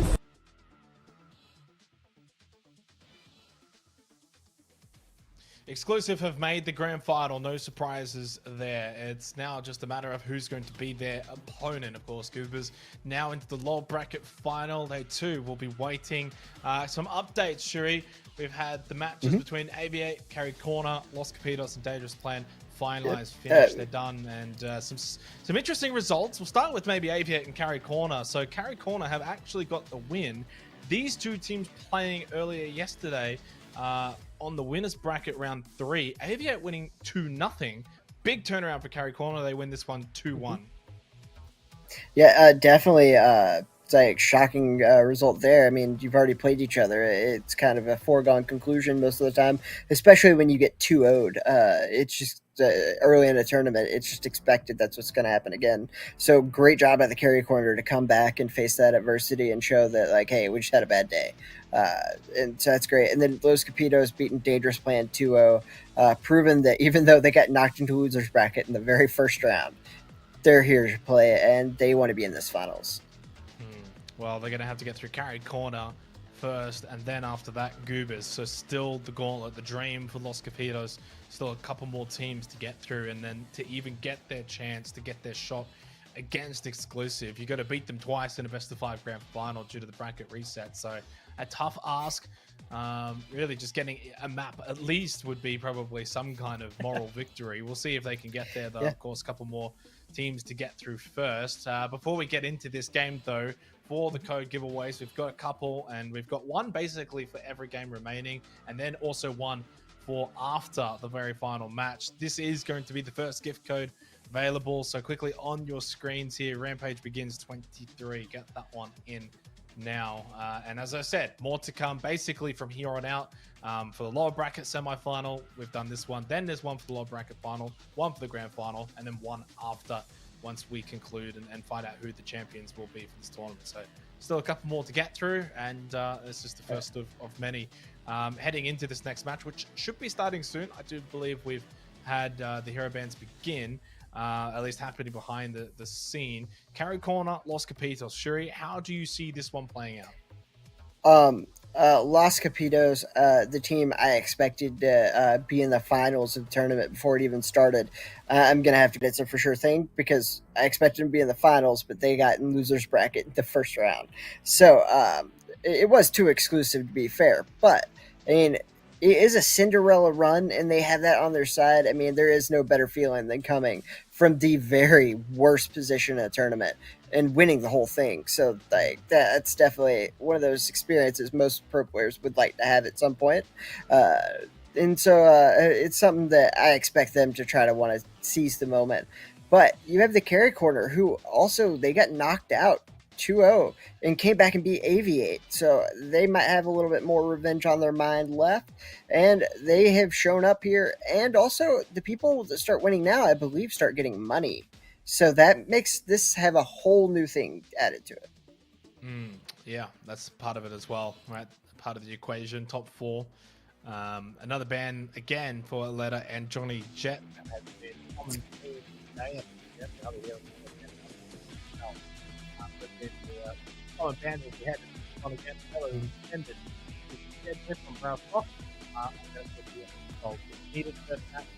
haven't needed it so far today. The only 2-1 that we've had today actually was off stream. The carry corner coming fresh out of that one. We'll see if that might aid them here. They're a bit more hot, a bit more fresh, a bit more ready to go in a close contest against Aviate, whereas Los Capitos getting the job done comfortably against Dangerous Plan. We'll see if they're warmed up and ready to go. Over to the payload we go. It is map number 1 of this lower bracket semi-final. And something to point out at the very beginning on the side of Los Capitos, the thing we talked about earlier, when you win a tournament and you get a tournament banner, their whole team has them because they have won tournaments before. So these guys are one of the teams to look for in this tournament because they've been there before. They've won these things. And they're going to definitely want to add to that list of accolades and kind of build that resume out. And like, especially because the scene's growing, there are esports organizations kind of looking around at teams and thinking about getting into T3. And so having something like this, the first North American official tournament on your resume, is definitely a pretty big one. So I look for them to come out and show, hey, we are the best. Like, you want to give us money. So definitely look for them to do that. But right off the bat here, we do have a really fast cart carry for the side of Los Capitos. The Jabali's basically just running it by himself, and then you have his 2 teammates going and attacking people just right at the start. They're running towards people. They aren't waiting for him to come to them. KD getting a double kill on that Judix and putting everybody back in the spawn. This might be another 2.5 minute cap like we saw Susu do in that one map. This is quite brutal. And just Los Capitos showing that, hey, we're in the losers bracket, but we are no losers. We are some of the best, and we're here to show you that we are just absolutely the best in North America. And to lose to a best of 1 in a tournament in the first round to the team who has not dropped a single map in this tournament right now, that's got to be a hard pill to swallow. Yeah. Obviously, they probably would feel like had they been able to win that very, very first map, that they themselves could have been in the grand final by now. But in fairness, they're not too far away from being able to get in there, putting all the pressure now onto the carry corner. They've got that first checkpoint, pushing on through. It's a clean sweep from KD. 7-0, no deaths yet. God dang, I didn't even realize that. All of the kills are basically by one man. KD should be on the carry corner because that's what he's doing. Like, he is putting everyone on his back. Obviously, the Jabali, his main job is to sit on the cart and not kill people. But even still, like, they're doing a really good job here. And I mean, the other team using a Jabali, and the way they're doing it is basically they're going in and he's going to be on the cart, kind of just trying to get as much contested time as possible. But the problem is KD keeps killing him instantly. Like, he's not contesting anything because KD is just getting up behind them consistently and shooting them. And if you turn around to face him, then you're just going to get shot in the back from aim. And that is just an absolute hard choice to make. And now they got him from both up top and down below. Just absolute good strategy. You can tell the communications there. You have KD going behind the other team. Everybody setting up, pinching at the exact same time. And it's all coordinated, communicated, and everything is done just for a reason. And that is something beautiful to watch. And Los Capitos is showing that they are here for a reason. Yeah. At the very least, though, the cart has stalled out momentarily towards the end, sure, but at least that's time ticking up, time that can allow the carry corner themselves when they go on the offense to give themselves any kind of a chance here of maybe stealing this one. And it was because of the fact that KD got sniped out. Now, this is a nice little flank. Can't carry that shield's good for the front, but at the back, you're just getting shot up. And it's all of Capitos in this fight. It's going to almost be a triple kill. It is. That team is wiped out. They should be able to finish this one. Man, KD coming in there, taking the Jabali down. The Jabali has a ton of health, but if you hit enough headshots, it obviously is going to go down. And KD just does not miss. Man, just went 10-1. Like, that is insane. It's almost reminiscent of watching Jacuzzi go 12-2. Yeah, I mean, really, just the entire match itself kind of feels like watching some kind of exclusive, but in the lower side, right, where it's just that one-sided affair. In fairness, though, 3.5 minutes rather than the crazy quick 2.5 minutes that we saw from exclusive in the winners bracket final. So at least there's a tiny bit of time. There's a little bit of something there that Carry Corner have to work with, but I mean, it's hard to envision if they're going to be able to sort of replicate what we saw just then from Los Capitos. So I'm not too sure. Yeah, I'm not sure either. They are playing a very unique setup with a healer and then Victor, who is a tank that's not known for like shielding damage. He's more of like a guy who stuns people. So it might not be the best choices for attack because like they can just stay away from the Victor and do a lot of damage from that way. But they do have some guys that can go around and kill the teleporters, which is important. The biggest problem they're going to have to face is, like you're saying, like, it is really nice that they stopped him at the end and gave himself that minute cushion because that gives you a chance. And that's what you need is a chance. But it's a small chance. So it is going to be very hard here. And like, you really need to have the best character picks possible. And what a shot by AIM. An absolute insane no-scope or quick-scope back-to-back on two of the hardest characters to hit. And this man is just absolutely crazy. That was a very good shot. This character is a lot harder to use than he looks. And to do what he just did there was crazy. Great shots, but he does end up getting taken out eventually. And that healer is going to have a lot of trouble here because his health is less than what one bullet from Osis does. If AIM is shooting like that, you might as well not even have a healer on your team. And that's what they're going to run into. And AIM hitting another quickscope on a Yaw while dashing at him mid-air. This man is absolutely insane. In case you guys are wondering, he does have a YouTube channel, EX_AIM, after the tournament. If you see what he's doing throughout it and you like him, I'm sure he'd appreciate you going and saying hi. Very good player, and he's kind of wanting to teach people how he does it. One of the top pros in North America for sure.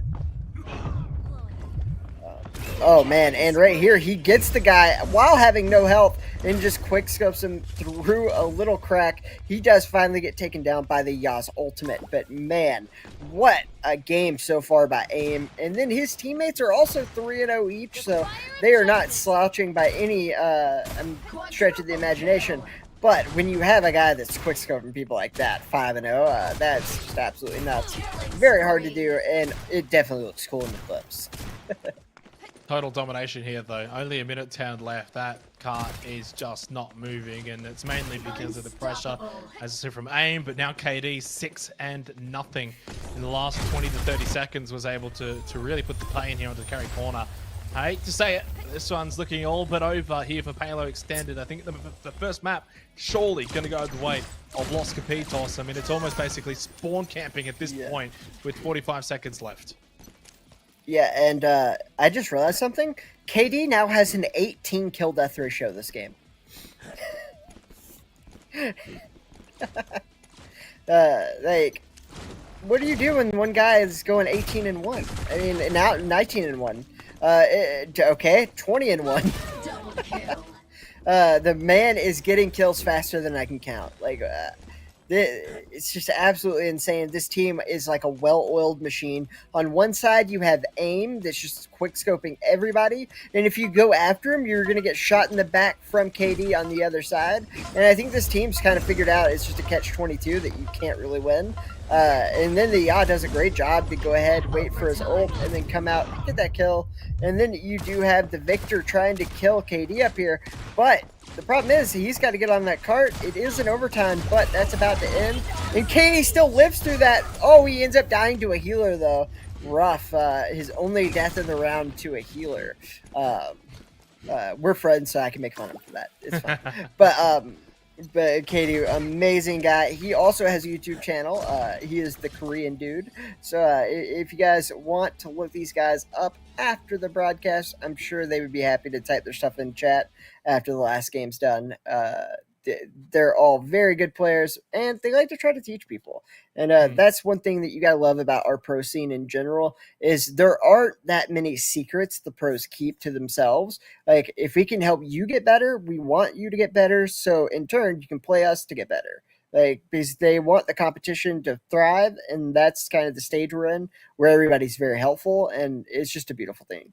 It's a really good philosophy to have, and hopefully works out really well. Unfortunately for Carry Corner, they're getting taught their own lesson in this series from that first map. Not really able to even get to the first checkpoint, and ultimately 1-0 in this lower bracket semifinal goes the way of Los Capitos. That lower bracket dream run continues. Of course, it's a bit of an interesting one because typically you would have a team, if they're running the gauntlet, they're running that losers bracket, you think, oh wow, this is a little bit of surprise. But had they not gone up against Exclusive in the first round or in the first portion of this tournament, it wouldn't have been that way. They probably would have made it to, say, the winners bracket final had they been on the other side. So clearly a team that is destined at this point for the grand final, for that opportunity to get the rematch at Exclusive. To do that, though, they've still got to win this next map of Controlled Extended and then the lower bracket final against Goobers. But for Carry Corner, I mean, it's been a decent tournament. You make it all the way to the lower bracket semi-final. I think they're in the money as well. And if it does end here, if their dream does come to an end in this next map, they should still be probably quite happy with the way that they performed throughout this tournament. Yeah, I mean, for sure. I'm pretty sure this is their first tournament. I have not casted for them before, as a team anyways. So if you put a team together, like, for one tournament and you guys placing money, like, you can't be sad about that. Like, they've done a great job so far, and I don't see them stopping anytime soon because, I mean, heck, if you're placing in the money, you're definitely going to go for the next tournament too. So, and that's the biggest thing people got to realize. Exclusive was not always exclusive. The only way to start getting into this stuff is to start playing, start trying. And the pro scene's actually very welcoming and they're very understanding. As long as you put in the effort and it looks like you want to get better, they're willing to teach you things, and they're also willing to play against you and help you get better, which most games don't have that. You have to earn your way into the pro scene. Like, you can't just scrim a pro team. Yeah. Sure. But in our scene, we'll give you a few games. I mean, like, it's something that we as T3 people actually have a really rare privilege of, to where, like, we have a very open esports scene right now that, like, is willing and just happy to help kind of elevate players that want to be elevated and get better. Definitely the right mindset to have for a fresh community. We are just going to go to a very, very short break, though, before we get back into this series control to come after the break.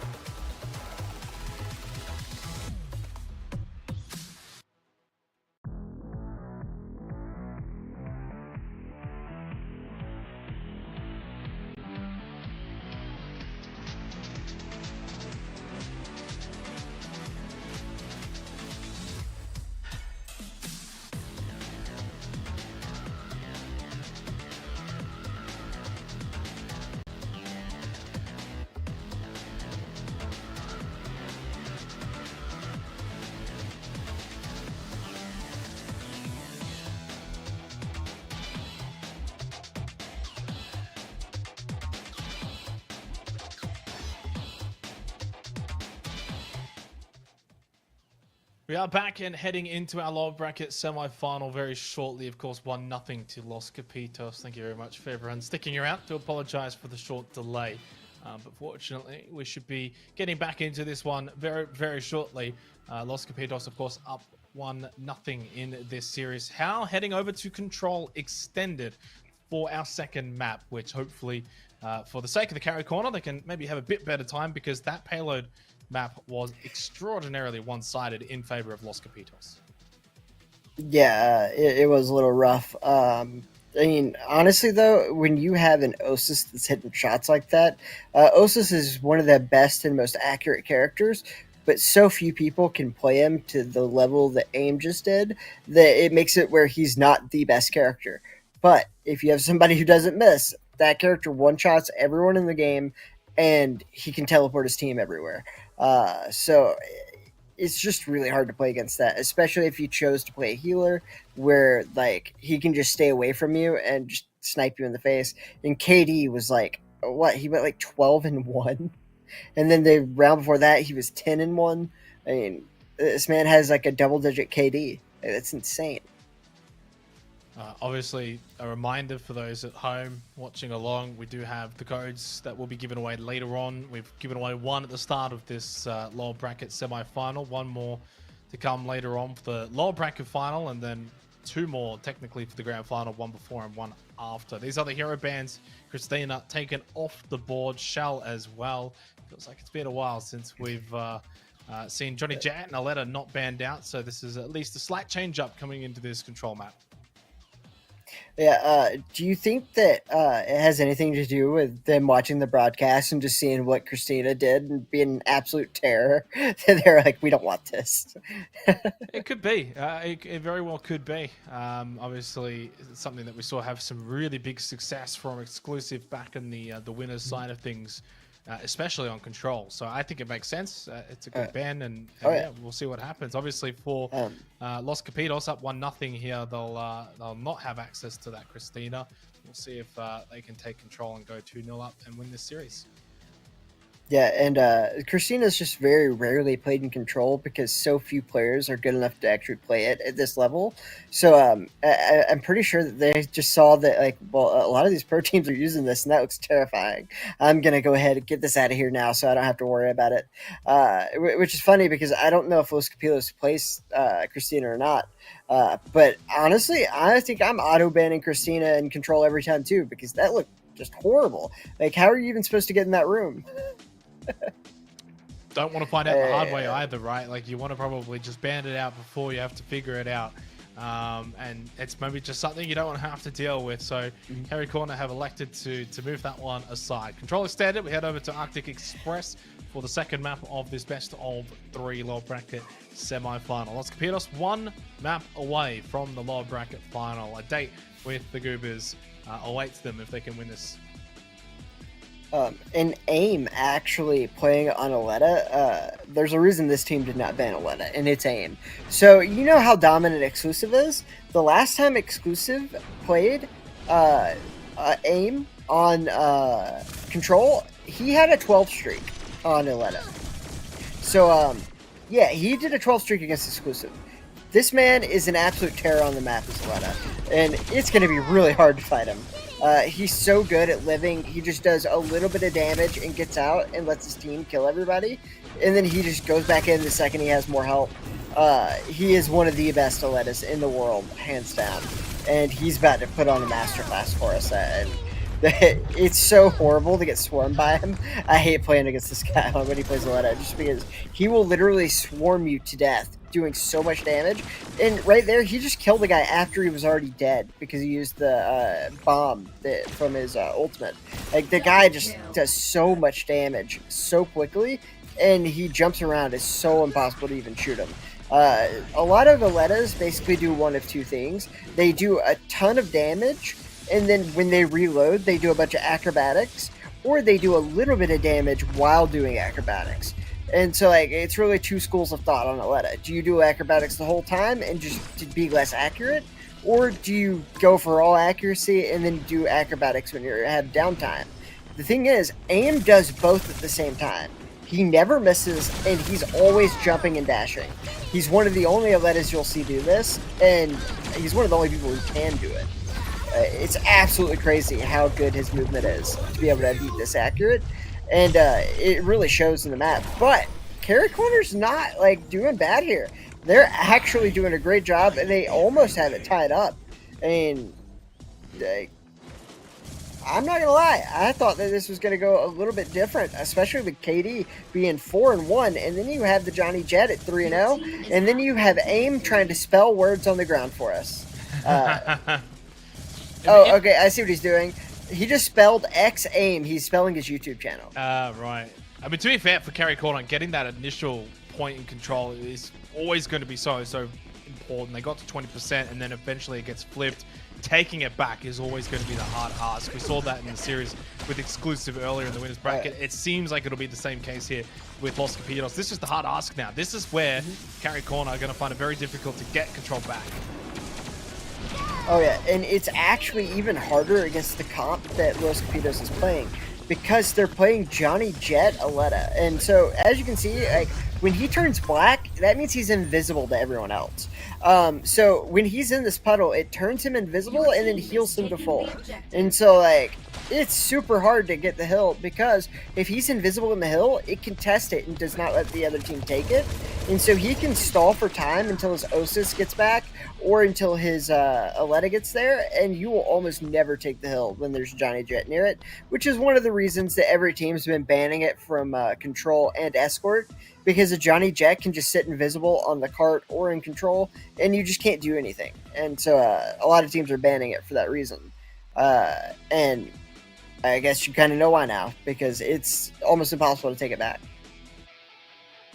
Very dominant display, not really too much of a surprise there. Los Capitos winning out rather comfortably. Not a bad start from Carry Corner, and I think you were probably a little bit surprised, Shuri, with the progress that they were able to make early on in that first round. But ultimately, once Los Capitos got back in control, they were not going to relinquish it, and evidently too strong, especially with Carry Corner looking to push into them. It didn't really stand much of a chance. So it comes down to this second round now. Los Capitos 1 round away from that lower bracket final matchup against Goobers. Carry Corner have to win this round, the next one, and then win Clash. They got a long way back in this series. Definitely. And I mean, it is one of these things where, like, they have 2 snipers who are very good at it. KD was just playing on Osis, and now he switched to let AIM play Osis. But both snipers are very good, and AIM is literally doing 360 quickscopes just to go for highlight reels at this point. But if you're Carry Corner, take advantage of that. The third game type is Clash. Let them be like a little cocky and think that they can beat you doing some stupid stuff. If you can get to Clash, anybody can win that. Like, if you get a couple lucky shots, you can win. And so you got to do your best to just take advantage of them trying to spin around and snipe you, and just see if you can take advantage enough to kill them. It is very hard to beat this team. They are one of the best teams in America, and they really are proving why. I mean, like, other than the one map they dropped to Exclusive, I don't think they've lost a map either. So like, it's not like they are a team that many people are beating even for a single game. And then you have Log just going in there with the Yaw, and when you dash on Yaw, if you get a kill, it immediately renews your dash. So he was able to double dash there, getting both guys across the map like almost instantly. Very good player, and he has AIM over there trying to do 360 no scopes with only 1 kill.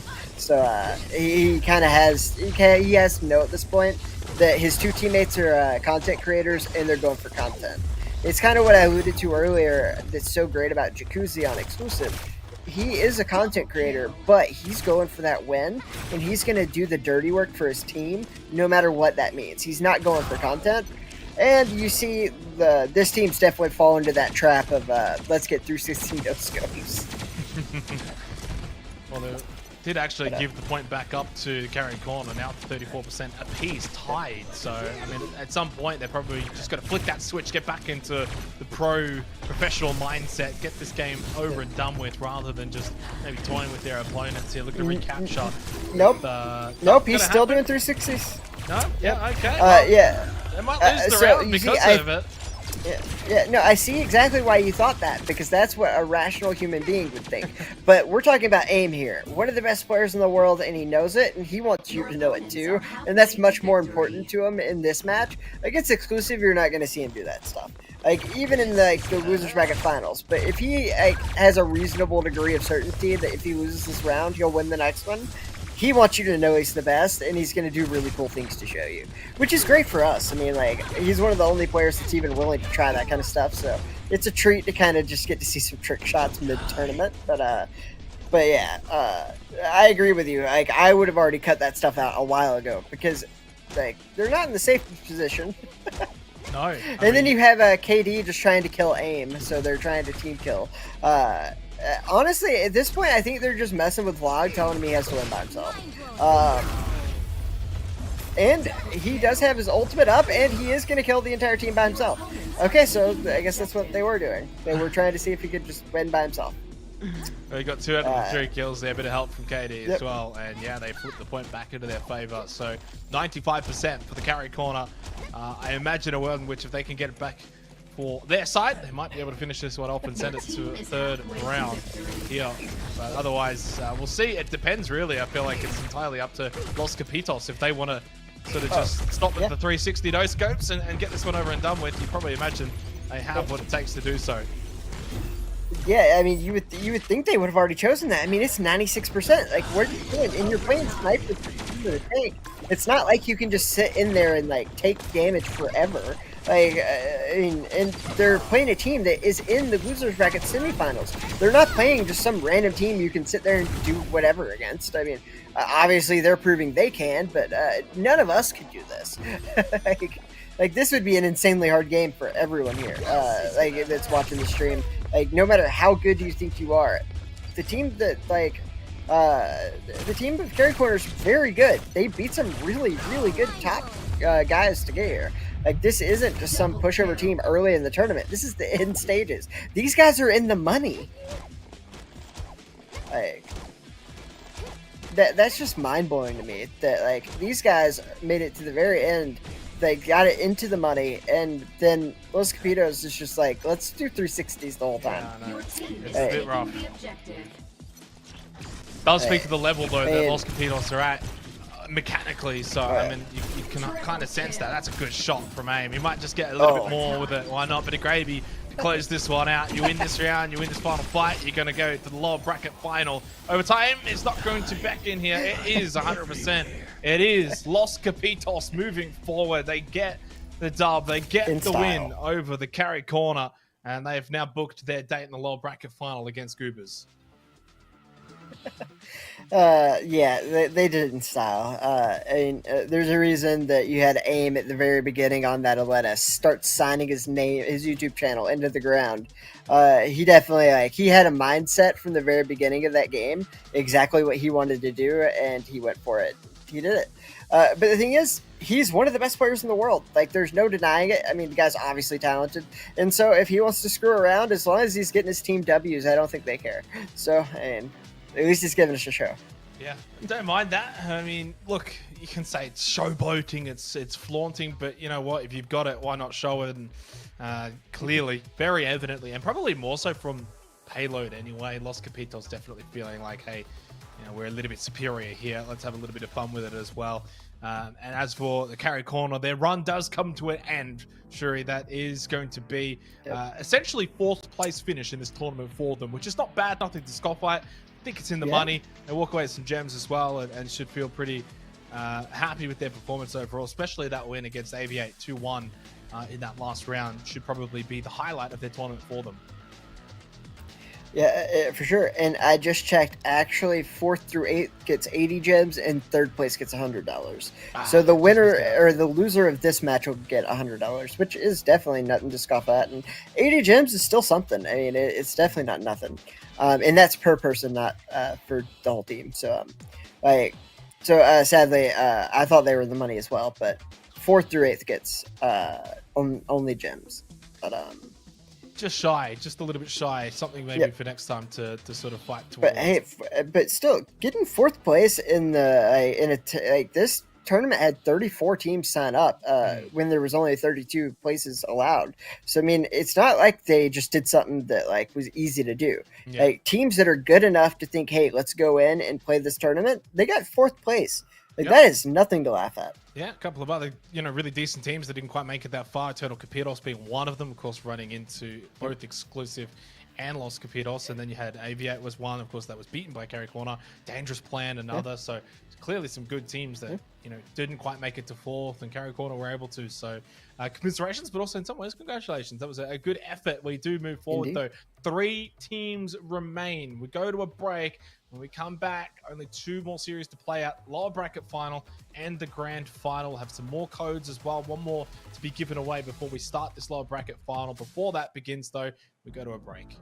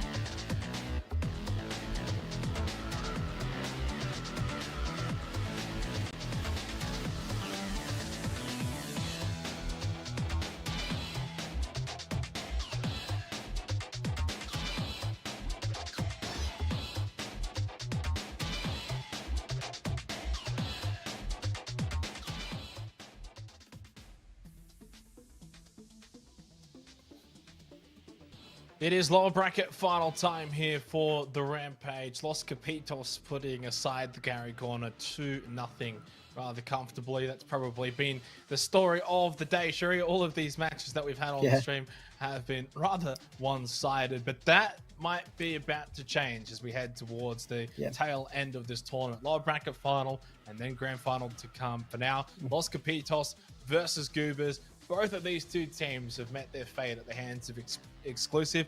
Both of them now are going to go do battle to see who can get that rematch. Yeah, I mean, it is a much harder way through the losers bracket for Los Capitos, of course, because they've been here literally since the first round of losers. They have had the most games in losers of any team by almost double. So it's quite a long run for them, and they're definitely going to be very keen to show you that, hey, guys, we're the best. I know it doesn't look that way, but we promise Exclusive just we had a really bad bracket, like, and that happens sometimes. But as you can see with AIM, he wants everyone to know this is the best. He's going to do 360 no scopes, and what's hilarious is he actually hit one of those. It's just the observer wasn't on him at the time. So let's see if he'll do another one of those for us. But it is the losers bracket finals. I don't think he can do that this time, but we'll see. We'll see. Maybe if they're up, maybe if Los Capitos are having a bit of a field day against Goobers, he might go for it. It's code giveaway time though. Down below, Rampage NA23. Get your code, get that one in. As I said before, we still have 2 more to give away after this. But you know, that's gonna happen sooner rather than later, so get them in now as soon as possible. The next 2, one will be, I think, before the grand final, and then one after the grand final as well, and we'll keep you all updated with that throughout the rest of the show today. Heading into the lower bracket final though, no escapes or not, this is not going to be as easy for Los Capitos, but you still give them the favoritism tag coming into this against Goobers. I mean, after what we just saw, I think we kind of have to. I mean, KD, I think the man went like 20, like plus 20 in the escort. And he just pulling off some crazy sniper shots himself. Just like, when you're trolling and you're doing better than I can do on my best day, like, I'm a former pro player. I normally win most of my games, but this stuff's crazy. Like, this is that next level that just, it's a treat to watch. So far, only one of our series today went the distance. That was Aviate and the Carry Corner. That was off stream. Every other match has been 2-0. Well, this is our very last best of 3. Of course, the grand final being a best of 5. It's Sindri, it's Johnny Jet being banned out for the hero bans. Do we get another 2-0, Shuri? Or does this one go to Clash?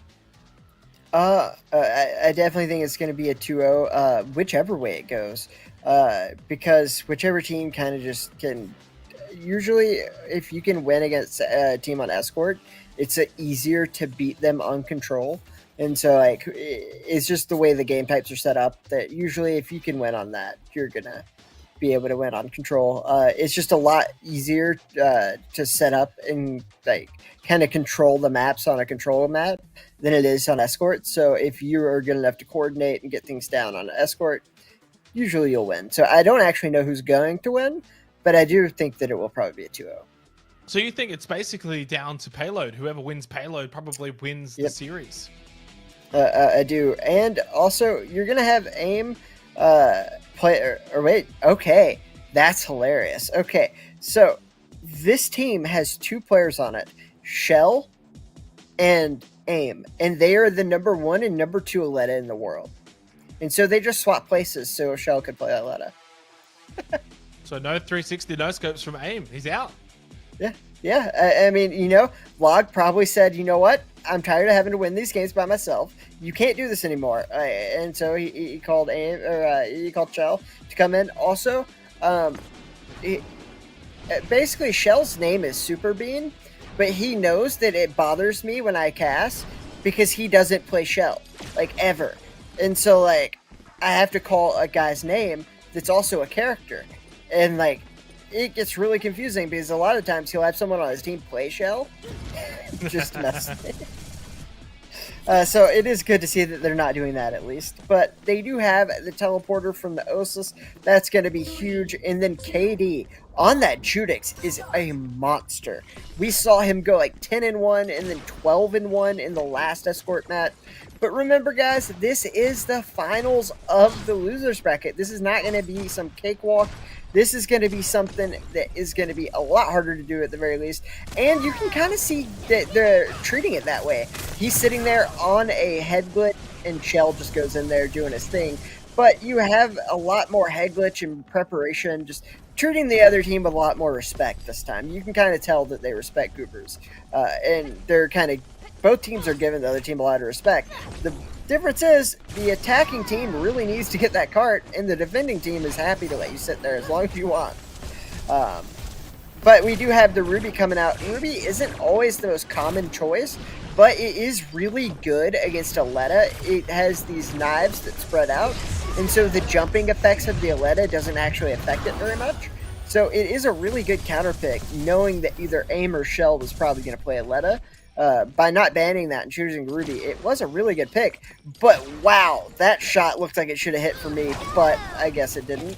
Either way, they are going to have their Osus go back to spawn to set the teleporter up. And so they are going to have a teleporter early, and that is huge. Because now you have to find that teleporter, or at the very least, you just have to get an insane amount of kills. Which is very, very hard because Shell is one of the best Alettas in the world. As you can see, he can take the whole team out by himself. And he's just messing with this Hunter at this point. Oh, great play by him. And his teammate does end up dying. The Hunter did a great job to kill the Osus. So very high-level play from this Goobers team. And it looks like a match where they belong. Like, it's not like in a lot of these exclusive matches that you've seen or others where, like, it doesn't really look like there's much of a fight there. This looks like a map that, you know, like, if you get a couple kills in the right times, it's definitely going to be a good match. So it is good to see early on Goobers is playing and doing pretty well. They are getting the cart moved along. And at the pro level, there's not very many teams that actually capture the cart. I know that hasn't been the case in these games so far, but a lot of the times, like, we'll have tournaments where, like, in the finals, in escort only, there would never be a cart captured.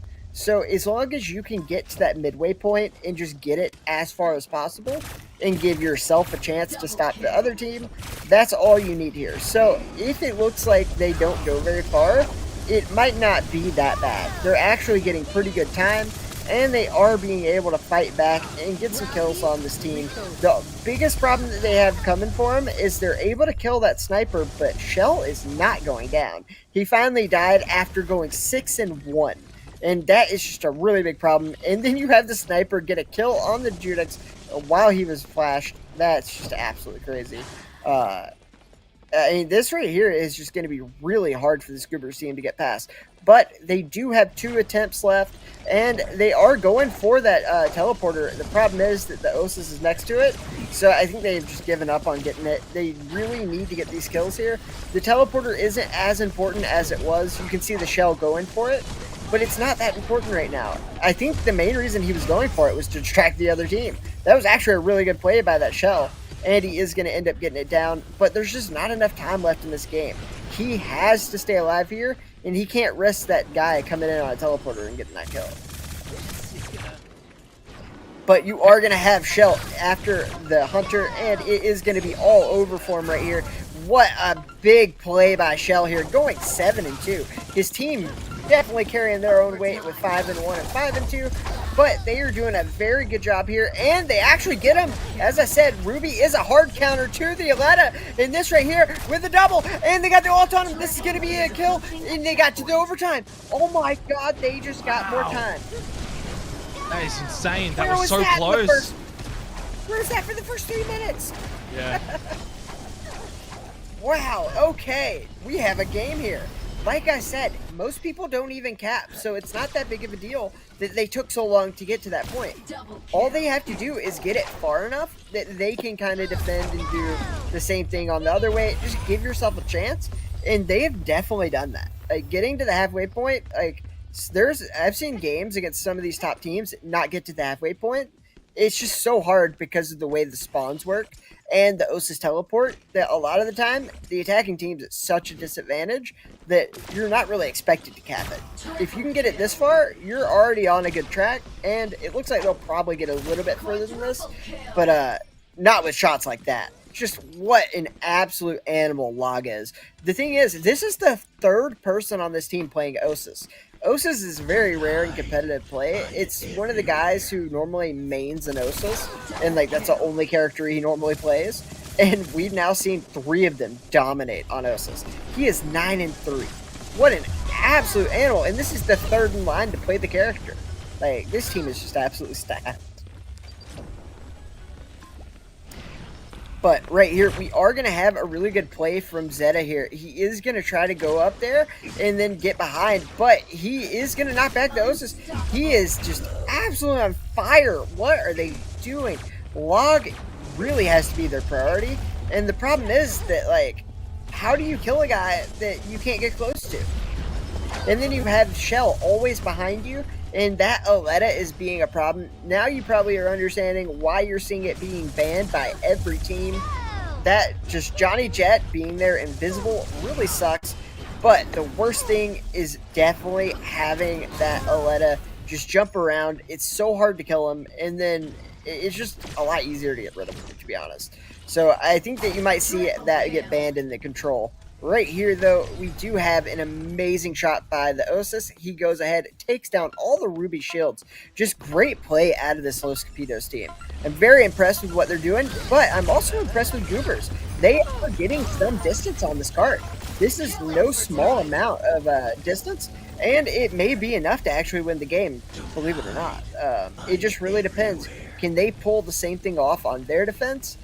And, I mean, they may be able to. I mean, 108 meters is not a small amount. So it's definitely enough in the pro level to be able to win the game. I think the main thing is getting that first checkpoint right. That was potentially where the game might be won and lost, because it was extremely close to being timed out without it being captured. Had that been the case, you probably think Los Capitos go on and win. But now there is that sense of like, okay, well, if we can see Goobers stall them out in the first half before that first checkpoint for a decent amount of time, that might be enough to see them claw this one out. And I think at one point you said in the middle of that, we've got a game on our hands, and it does kind of feel that way for the first time today, which is good to see.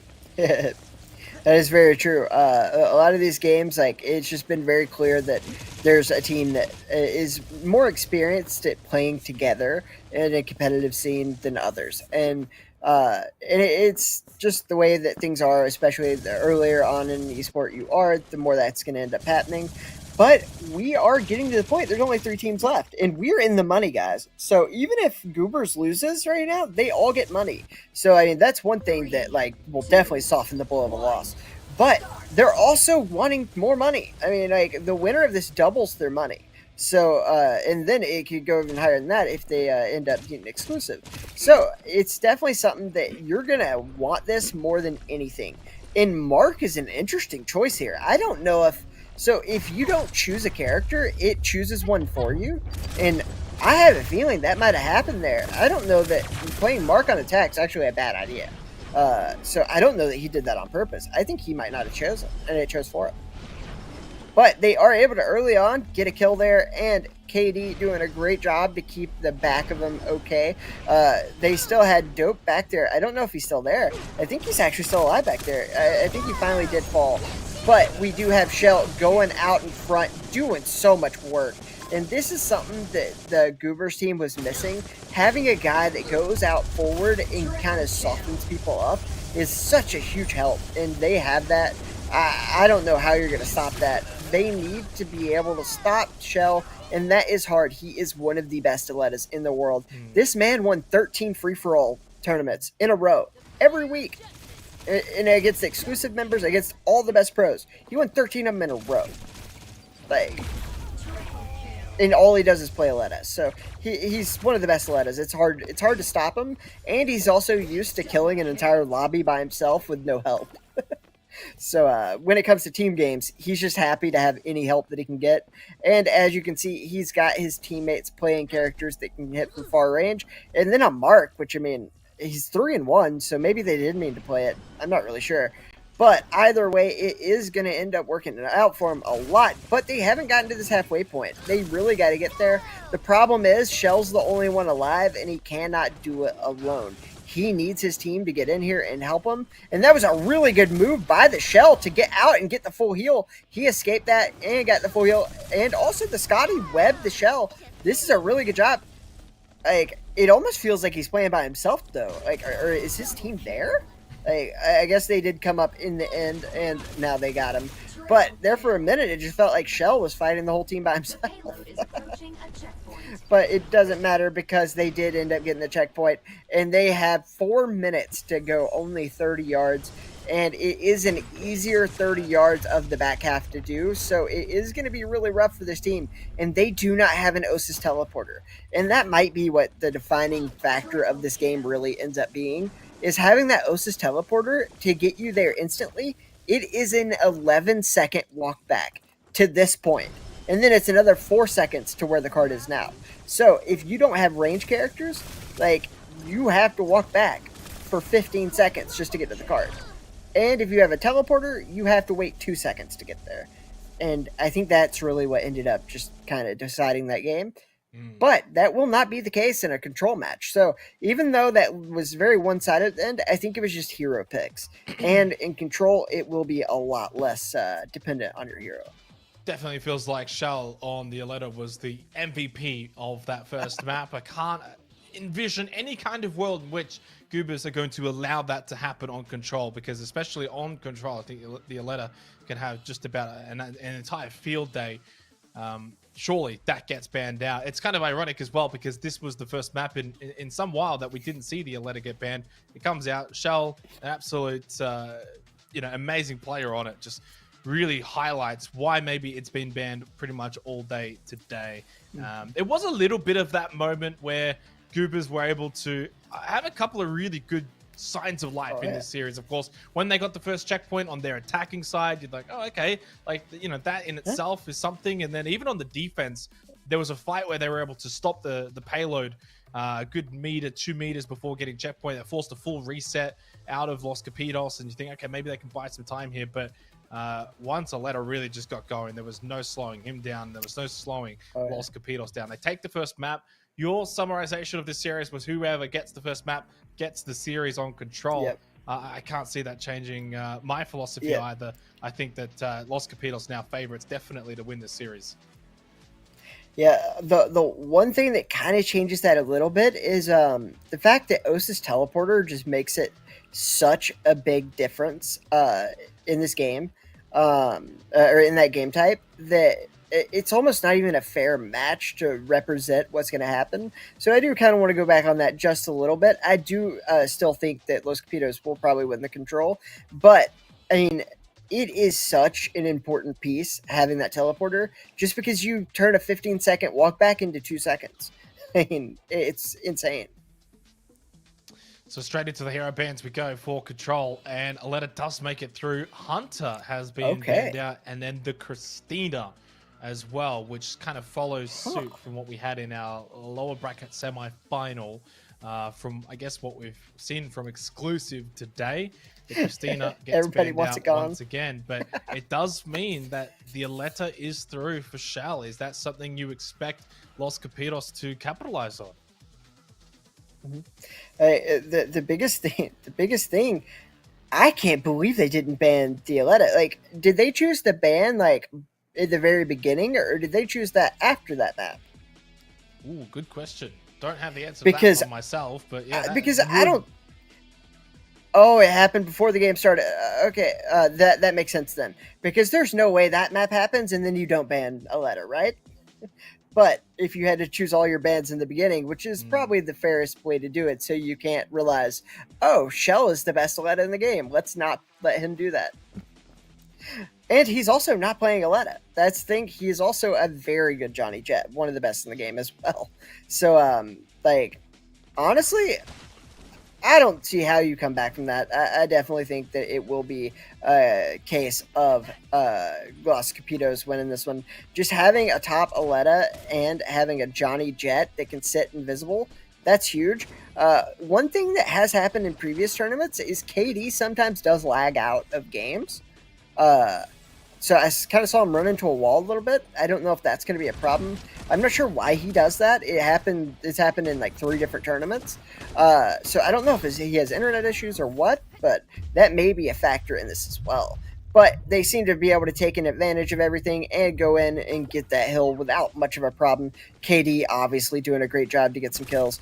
And then you have Log over here that already has 2 kills, no deaths. And even though he got flashed there, he was able to live and get out of there. And he does have his ult gone though. Shell doing a great job to get in there with the Johnny Jet, getting everybody low. And they do take out the final guy on the team. And now they're setting up in the spawn. And this is where Shell is just an absolute animal. He's going to get in there and get this good damage and then draw you out where his teammates are going to come in from the side. As you saw there, that Aletta came in. Obviously, he got hit by a fire ultimate from the Judex, so it didn't work out entirely. But it is something that they're going to have to watch out for.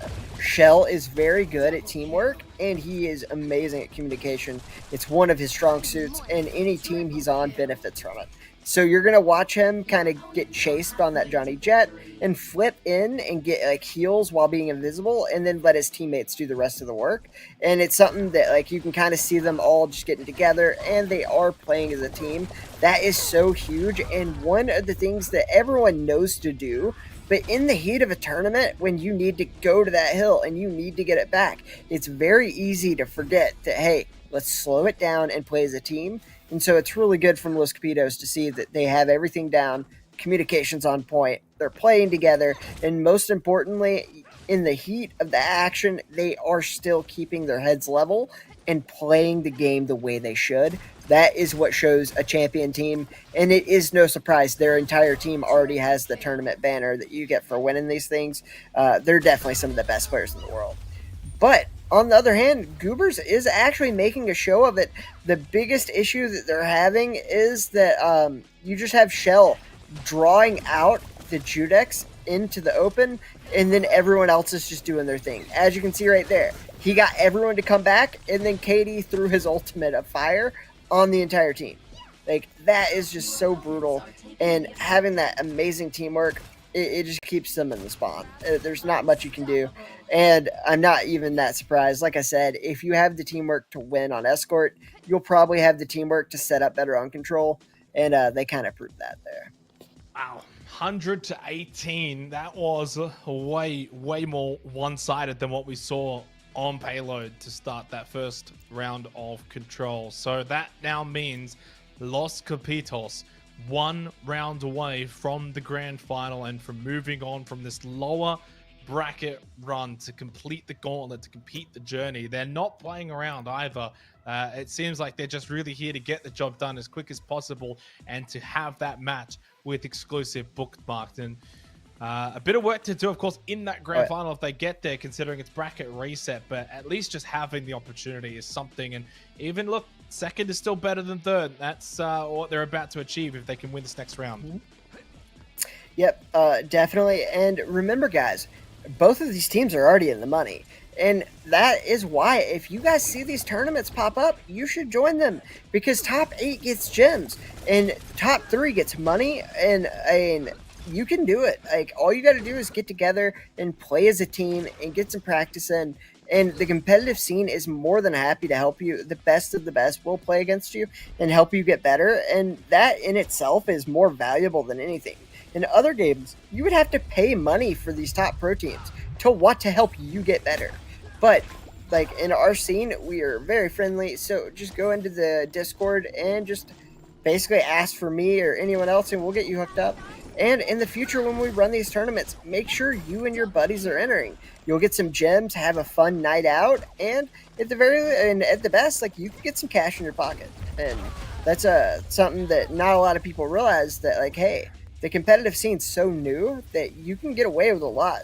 And if you're good, like, that's all it takes sometimes. A lot of these teams aren't like doing strategies and like practicing as much as they probably would normally, just because it's so early in the scene and this is our first official tournament.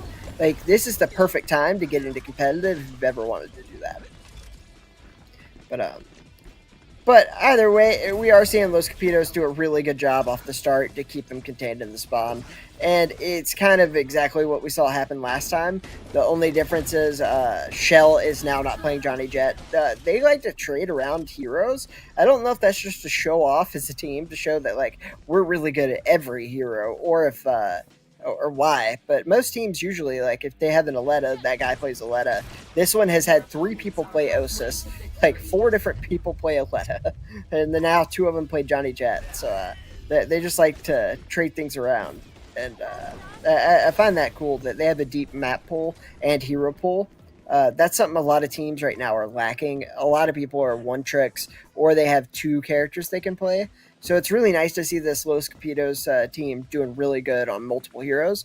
And it kind of gives you that hope that this match against Exclusive is going to be really good, because they have the picks to counter Exclusive, and they can go toe-to-toe on multiple heroes. And most people, they don't have that. And I mean, it's really hard when you have the 3 best players in the game on the other team. So it is really nice, though, to see him doing such a great job here, and it makes me really excited to see what's happening next. I don't really want to make it look like this is a foregone conclusion, because there is 20% of the hill done already by the team of Goobers, and they have some very, very good players. But right there, you see Shell just getting so many kills. This guy is unstoppable, and Waling, he is able to stay alive there, and he gets the kill after a little bit of an assist from Log. Just amazing work here by this Los Capitos team. I am just more impressed by the second, and these guys are proven while they are some of the best in North America. And oh my god, this team was in losers bracket round 1, and now they're in the finals. Yeah, you would imagine that this is going to be a foregone conclusion from here. Zeta eliminated. I don't think Dope's going to be living for much longer either, so only Wrench still alive to just try and tag the point, try and get that overtime bar to stay in. But it's all desperate measures coming out here from Goobers. Unfortunately, it will be a 3rd place finish. It will be Los Capitos versus Exclusive in the grand final. They've gone and done it. They've completed the journey. They've completed the gauntlet run, and 100% deserved as well for Los Capitos. Oh, yeah. They themselves have not dropped a single map in the losers bracket. So we basically get the dream grand final. Exclusive from the winners side, not dropping a map. Los Capitos from the losers side, not dropping a map. The 2 best teams will now go toe-to-toe in the grand final. They didn't even drop a round. I know that it doesn't show that on the brackets, but I've talked with this team. They had, before the stream, they did not drop a round, and I'm pretty sure that has not changed. So both of these teams, I'm pretty sure, have not dropped a single round since they played each other in the first round, which is just, what is the luck of having 32 teams, and then the eventual 1 and 2 that won't lose to anybody for even a second are the teams that play in the first round. Just absolute horrible luck on their part, but it is fine because we get to see some pretty great matches, and it is going to be a Cinderella story. This team going all the way through the losers bracket run, just what all the best stories in every esport comes from. That one time that team came from the losers bracket, made it all the way back, and then wins the whole thing and gets some cash in their pocket. But at the very least, you know, we will get some money. That's the great part. The top 2 teams here are getting paid, and paid well, so they are rewarded. But I do want to give a great shout out to Goobers for doing a great job, and they also got some cash too. So yeah, of course, you've got to give the commiserations. 3rd place, there's nothing wrong with that. That's in the medals, you know, like that's a bronze and a bit of money as well as those gems going their way. And look, probably not the series that they would have liked against Los Capitos. They most likely would have wanted that to at least be a little bit closer, because I think their control, especially, quite one-sided. Payload was not too bad, all things considered, but ultimately this is how the bracket now lies, as it is Exclusive and Los Capitos in the grand final. Best of 5 time as well. So now we are through with the best of 3s. Those are done. Over to the best of 5 we go with bracket reset. Keeping that in mind, it's not just one best of 5. Basically, Los Capitos have to win 2 best of 5s against Exclusive, and that's not an easy ask, Shuri. Very true, but it can be done, and this is the team to do it. I have been in scrims with these guys in the last couple weeks, and I can tell you that this team from Los Capitos did win a scrim against Exclusive 2 days ago. So it's definitely one of the few teams that has a shot against Exclusive of winning a map, but they also have won entire series in scrims. So it is something that isn't like a pipe dream. With the other ones, it was something like, well, maybe you can do something and kind of like hold your head up high after having that valiant effort. But this is something totally different. This is a game, and these two teams finished first and second in they finished first and second in the NA Pro League for $500 as well. So they're no strangers to each other. And one of those games, I have a video on my channel about the greatest game ever played in history of T3, and that was these two teams playing each other to a best of 5, and it was insane.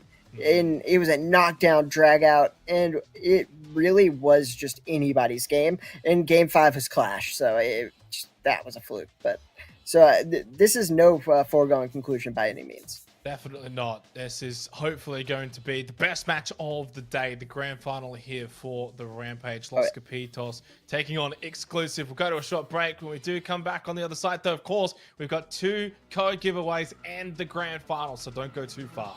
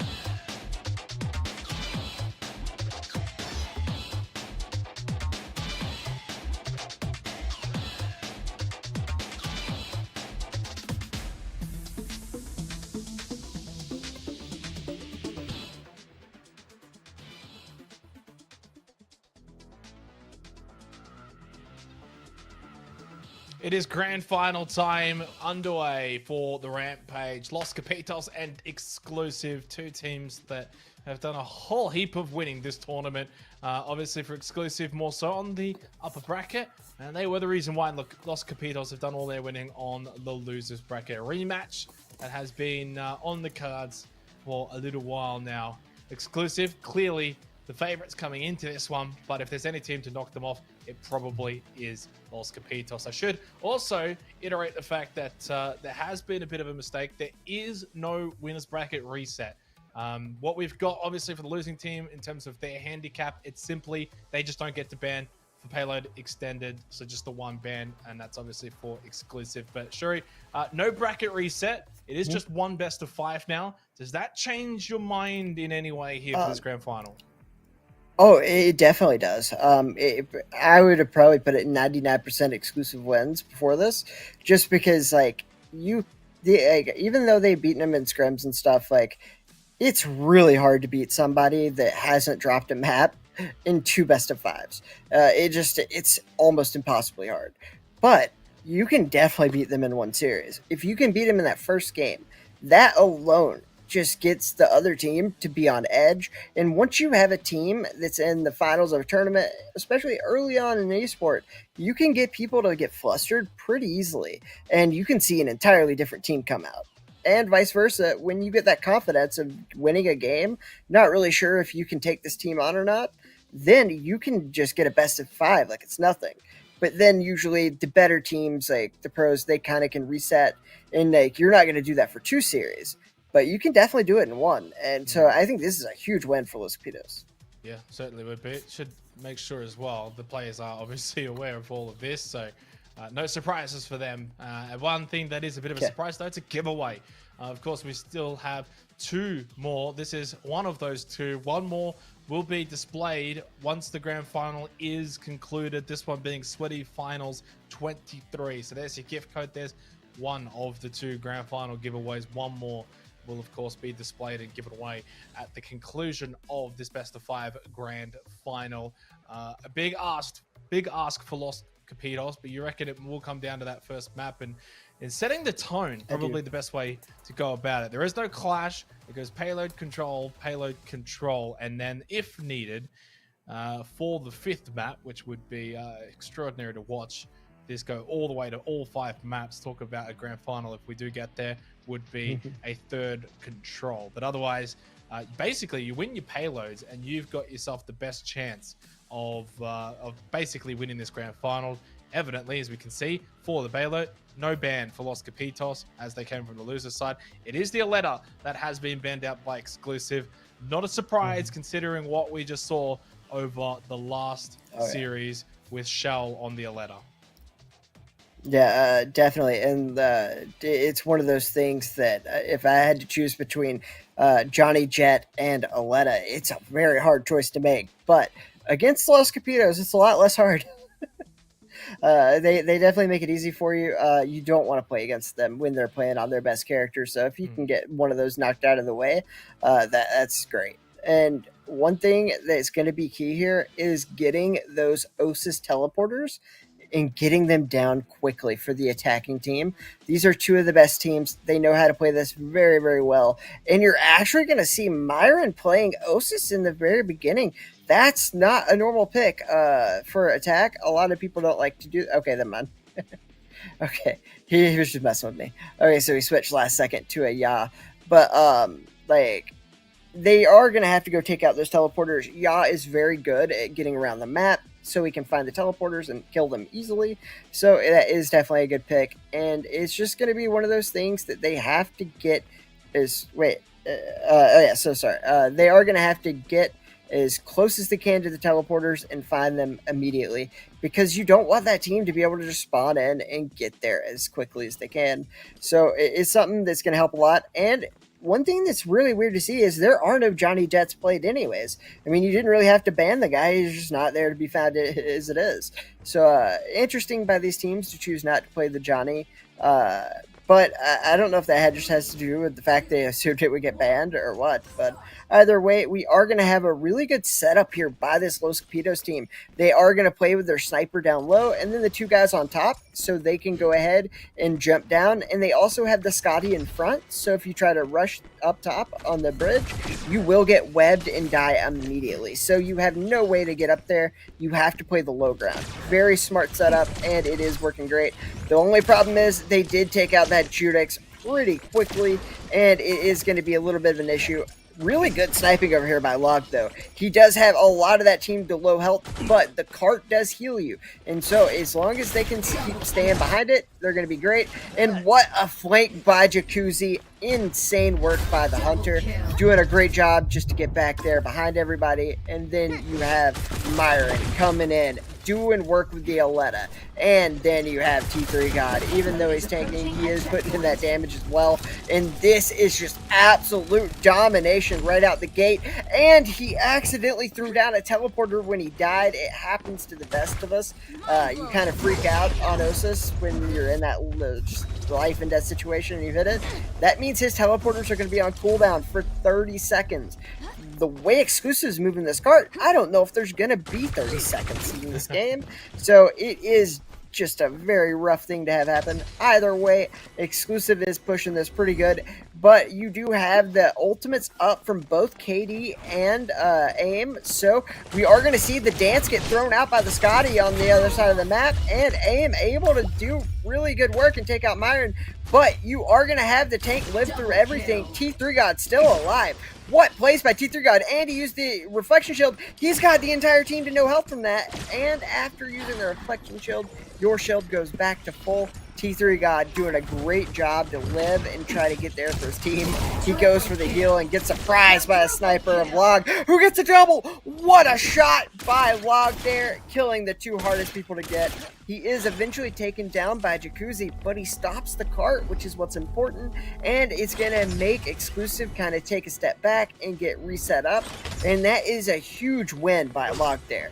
Going 4-3, which is great, but when your team has 0 kills combined outside of you, that is a problem. They have to pick it up and give this man some help.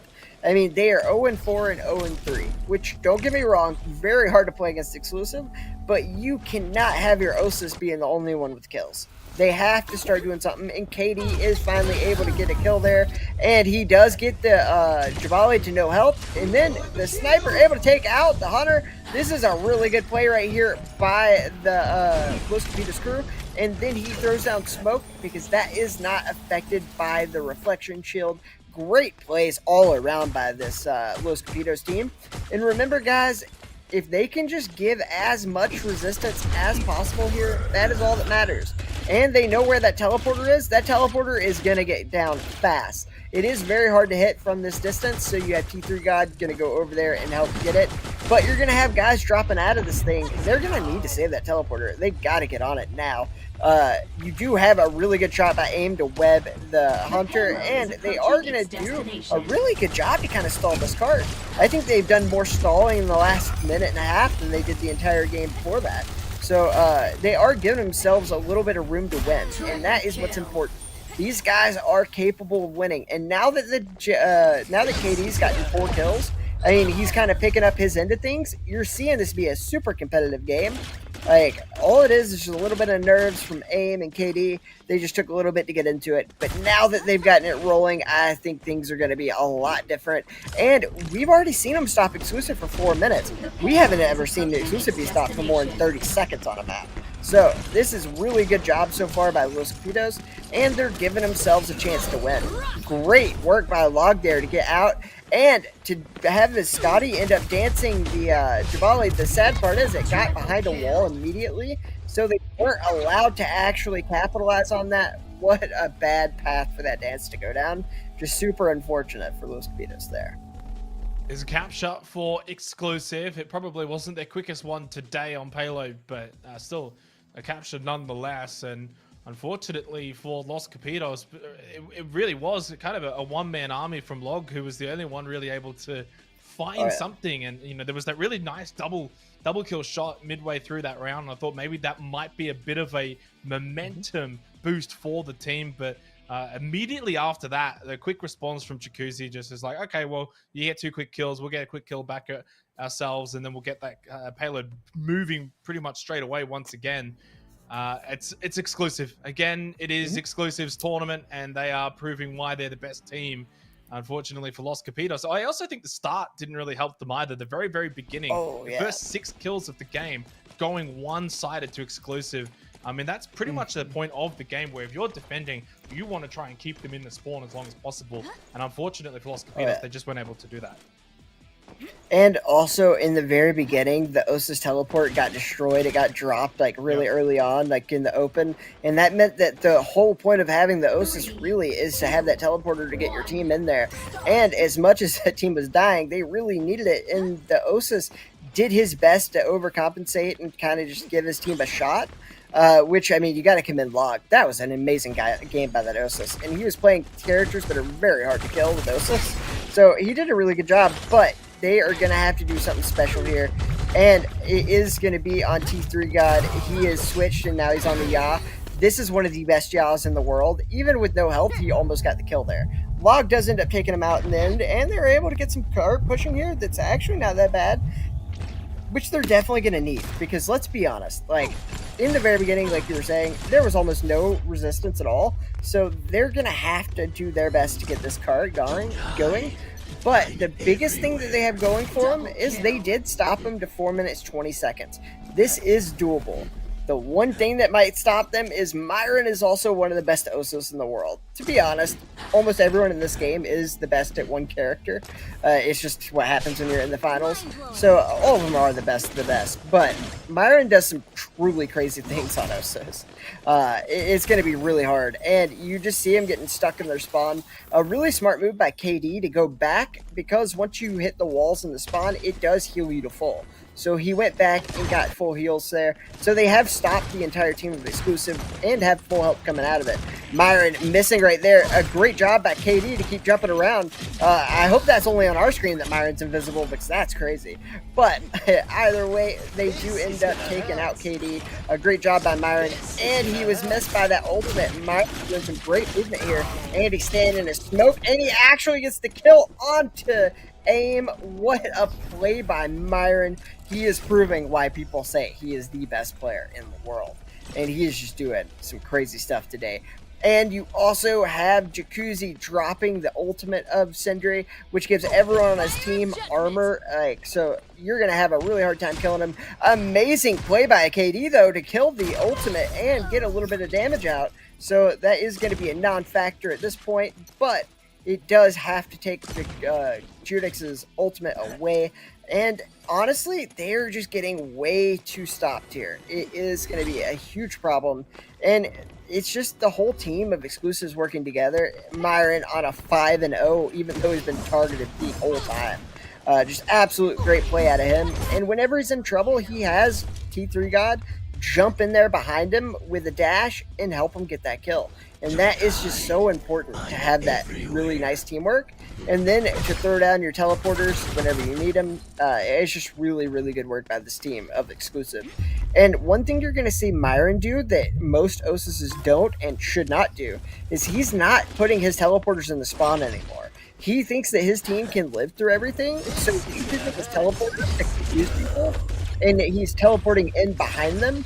And that way he can get better positioning on them. And it's actually been a really good job here to be able to do that. And that's one of the main reasons he was going 6-0. He finally is stopped by aim. But it is going to be a rough one from here on out. And let's just hope that they can get going. And again, Log is doing work. He is 3-3, and he just keeps on going. He finally is taken out there by T3 God, who is playing defense onto the cart. And an amazing ult there after aim gets the full heal, and he's taken out by the Sindri turret. It is a really good play all around. Myron hitting an insane headshot behind the wall. What great plays all around by this Exclusive team.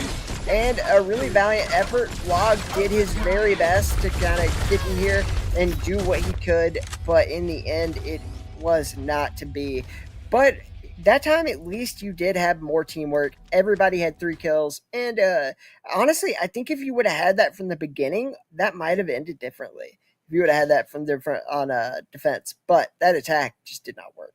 Yeah, and to be fair, Exclusive, of course, with their own attack was basically flawless. They had an impeccable first half of that push and got the early checkpoint, and then from there they were able to go the whole distance. And immediately after that, it just kind of puts Los Capitos on the back foot. They're always going to be kind of behind the 8 ball a little bit at that, and any kind of pressure then from Exclusive just mounts on top of it, and suddenly then at some point you probably think the damn wall was going to break, and eventually it did. There was at least some decent signs, in total fairness to Los Capitos. There were some moments where, they picked up a couple of good double kills. We saw that in the first half with Log, and did have some kills of their own. AIM had a couple here or there, but ultimately, in terms of team versus team, Exclusive by far and away just a better team. Yeah, definitely. They proved exactly why they are considered the best and why they got here without dropping a single map, even a single round. Just absolute play by Exclusive. I mean, no one's captured the card on them yet. Very few people have even gotten to the midpoint. So they're just proving that they are one of the best teams, especially when it comes to Payload Extended. And luckily for them, that is the first 3 maps having 2 of them. And I honestly am glad that they can ban on Control, because you have to ban that Christina, right? Like, we do think that they're probably going to ban Christina, right? There's no way you can stop it, so... well, the hero bands out here for Control, Johnny Jet and Aletta. Again, a reminder, it is only Payload that have just the one ban, and that is, of course, probably going to be Aletta the whole way through. In this instance, though, this is, of course, for Control. Aletta banned out by Exclusive. No surprises there. And then Johnny Jet has been banned out by Los Capitos. So from one map into another, 1-0 in the series now in favor of Exclusive. They need to win the next 2, and that will then be the winners of this grand final. 2 maps away. It is a best of 5 grand final. No bracket reset, nothing like that. Just 2 more maps now required, obviously, for Exclusive. For Los Capitos, well, you lose this, and it will be championship point all the way through that they have to fight again. So this is a big one here. Yeah, for sure. And interestingly, Myron did not choose Christina. It is worse on this map because you don't have that giant building to sit in. There's a lot more open area, but it does have its benefits here. There are a lot of walls and narrow hallways that KD can do exactly what he just did therein. As everybody chased his shell, he just shot a bunch of those balls into the hallway and just took out Exclusive by himself. That is absolutely going to be a problem for this Exclusive team, and I'm very surprised that nobody took out Christina. Hopefully KD can take advantage of that, and they can put Exclusive on the back foot here. They do a great job to end up taking out Jacuzzi, and they are doing an insane job, and everyone on Exclusive is in trouble here. They do end up getting a few kills there, but they are in trouble, so this is definitely much better of a game than we saw in the last round. So I'm really proud of how this team of Los Capitos is kind of facing this adversity, and they are currently winning. I think this might be the first time Exclusive's gone down in a control map. So that is something definitely that is good to see. And right there are traps all in the hill, and you were watching Myron focus on those traps instead of trying to live and kind of set up. He's already so low that it's more important that he's kind of clearing the hill for the next wave of his team than do anything else. And right here, they're trying to get him to come into that room and kind of fall into the trap of the Christina, but they're not doing that. They're going straight to the middle. They know exactly what the game KD's trying to play. And the problem is, you sometimes have to play the game. You have to chase them. And whenever you have to chase this Christina, it's going to be a problem. But they are doing a really good job to take it back. And now you are going to have the point go back to Los Capitos. So, I mean, this is a real game here. And I am really proud of what this team's doing here. And they're actually doing just an insane job to be able to take out everybody on this Exclusive team. And you have KD going 5-0, and then you have AIM 3-1. Log is only 2-4, but his webs have been the difference maker. So this is an insane game so far, and honestly, I thought Exclusive might just roll through everything after that first match. But this right here is definitely competitive, and I would even say Exclusive is getting taken to task. I mean, just great play right here by those capitos. And you do have T3 God on the yaw, doing a great job to back down right there and go to cap the hill, and then have his teammates kind of help him out and then go in. They also get the Scotty's ultimate to be wasted there, and they take out the Christina. T3 God showing why he is one of the best players for the last 6 months, and he has not been dethroned for a reason. This match is absolutely insane, and we are going to have a really nice shell battle here, but the ultimate goes in favor of Myron, and that is just rough. I mean, if you both are going in and one has an ult and the other doesn't, rough times. But now that shell does have his ult up, so AIM can hopefully try to come back, and then you have KD doing a great job to get away and make people chase him to their deaths. And then you're going to have AIM come in to try to help get things going. And what a play by Myron to get the kill on the Christina and get out alive while AIM has no help. Just an absolutely insane shell play right there. And I don't think that could have been done any better. That is just great. But right here, we do have Log taking out the Sindri's turret, which is going to definitely be helpful. Whenever you kill it, it takes 9 seconds to regen instead of 4 seconds like normal. So it is going to kind of give them a second to breathe, but it's already back up. And right here, you have Jacuzzi doing the worst task in the game, which is clearing Christina's sticky bombs. And that is such an annoying thing to have to do, but if you have a yaw on your team, you need to. You cannot dash into those things or you'll instantly die. So really good team play there by Exclusive, and they showed that even with a little bit of adversity, they're able to actually come back and do it still. So really good to show that they had the heart to come back, even though they're not used to losing, they can do it. It is at least good for us, though, as spectators, as viewers, that we've got a game on our hands, at least a map in this instance. We know Los Capitos is definitely capable. There's no denying that. We pretty much said that if there's anyone that's going to be able to take down Exclusive, it is probably Los Capitos. But in saying that, you've still got to try and get the job done when it matters the most. At least they are showing that they've got the capabilities, that they're not actually that far off of the level of Exclusive. Oh, yeah. And I do want to make sure that something's said right now. So Myron choosing Kazama isn't a meme pick. While it's one of the worst on attack for Payload because it has low health, it also has really nice explosive radius damage. So it's actually good in control in particular. One thing you're going to see this Exclusive team doing is because Vincent, the way that it works is it shows one player on the map lit up. You're going to see that character is lit up in red, and, well, I guess we won't see that because everyone's lit up that way, but one team member from Los Capitos will always be lit up red, and you're going to have that T3 God basically run around and stay invisible while his teammates know where everyone on the map is. So it's going to almost look like they're cheating and seeing through walls, and that's because they are seeing through walls. So if you see some pretty improbable shots, it's not hacking, it's just the only good thing Vincent brings to the table is showing you where everybody is. Well, it only shows one at a time, but if you start killing everyone, it goes to the next guy.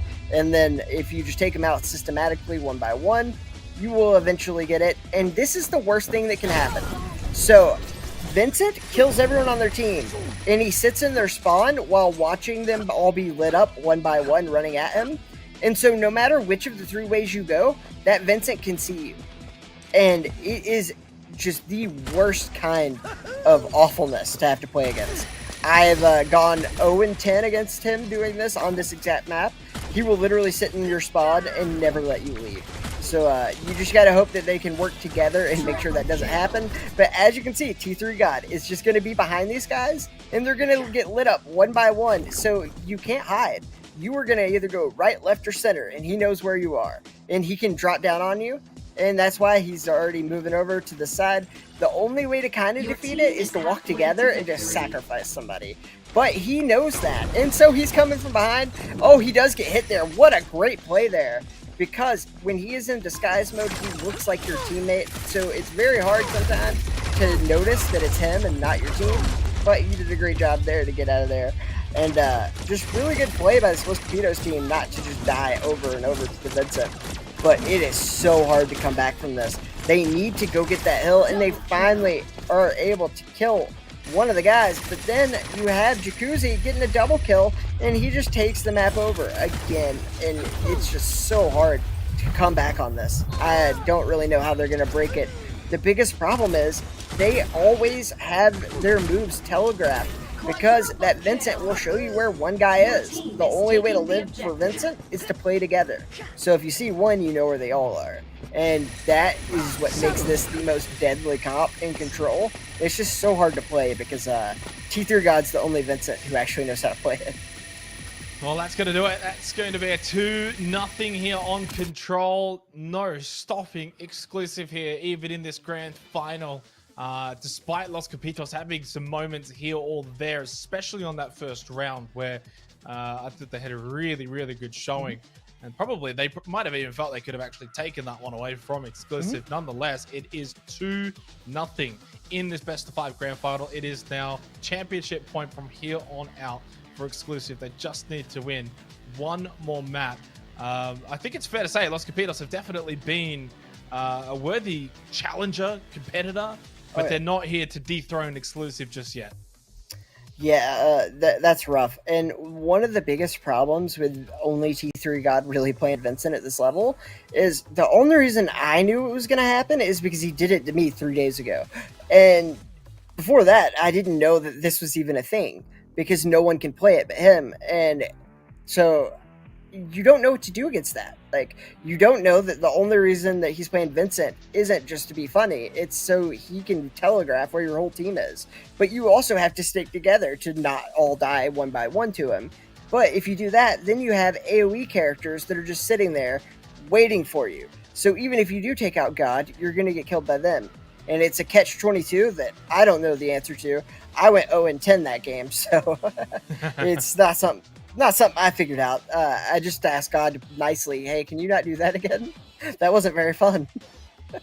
Yeah, that's not going to happen though in this grand final, right? Like, that's now where you bring it out and you just terrorize the opposition, and that's what exclusive have been able to do. So that means we head back to Payload, and again, I reiterate, they will not have a ban for this Los Capitos due to coming from the losers bracket, and Aletta has been banned out once again. So that is still no Aletta, which was such a big pivotal part of them winning their previous series against Goobers as well, and not being able to have that against exclusive, clearly a detriment. And unfortunately, you know, when you think about for Los Capitos, there's nothing that they can ban here. They can't take anything away from exclusive. So it is a bit of a detriment, and it is a bit of an advantage obviously here in what will now be championship point from here on out for exclusive. Yeah, and you know, exclusive's going to be trying very hard this round because they can claim that they didn't drop a single round, not even a game. No one capped the card on them. They didn't drop a single round of Control. If they can win this without letting them cap, that is quite a feat to have in your just a feather in your cap to be like, yeah, you know, that first North American tournament, nobody even won a round. Like, you know, like, we've played some meme picks, we let the other team pick, we never lost a round though. Like, that's something that you could tell for a long time.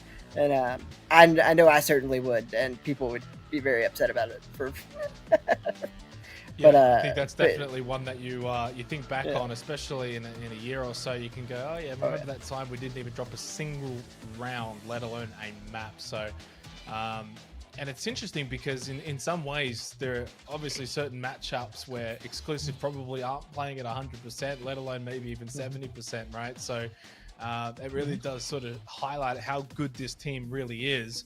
I think that they have to play pretty much close to their best to beat, you know, Los Capitos. I think that's definitely giving credit to their opponents, but Payload has been where they've been so dominant. Really, Control at times, when we think back to some of the early matchups, there were some moments where the opponents of exclusive could get the point, could get some points going, could get a couple of team wipes, but Payload is where they've just been so clean, so dominant. They're allowing absolutely nothing.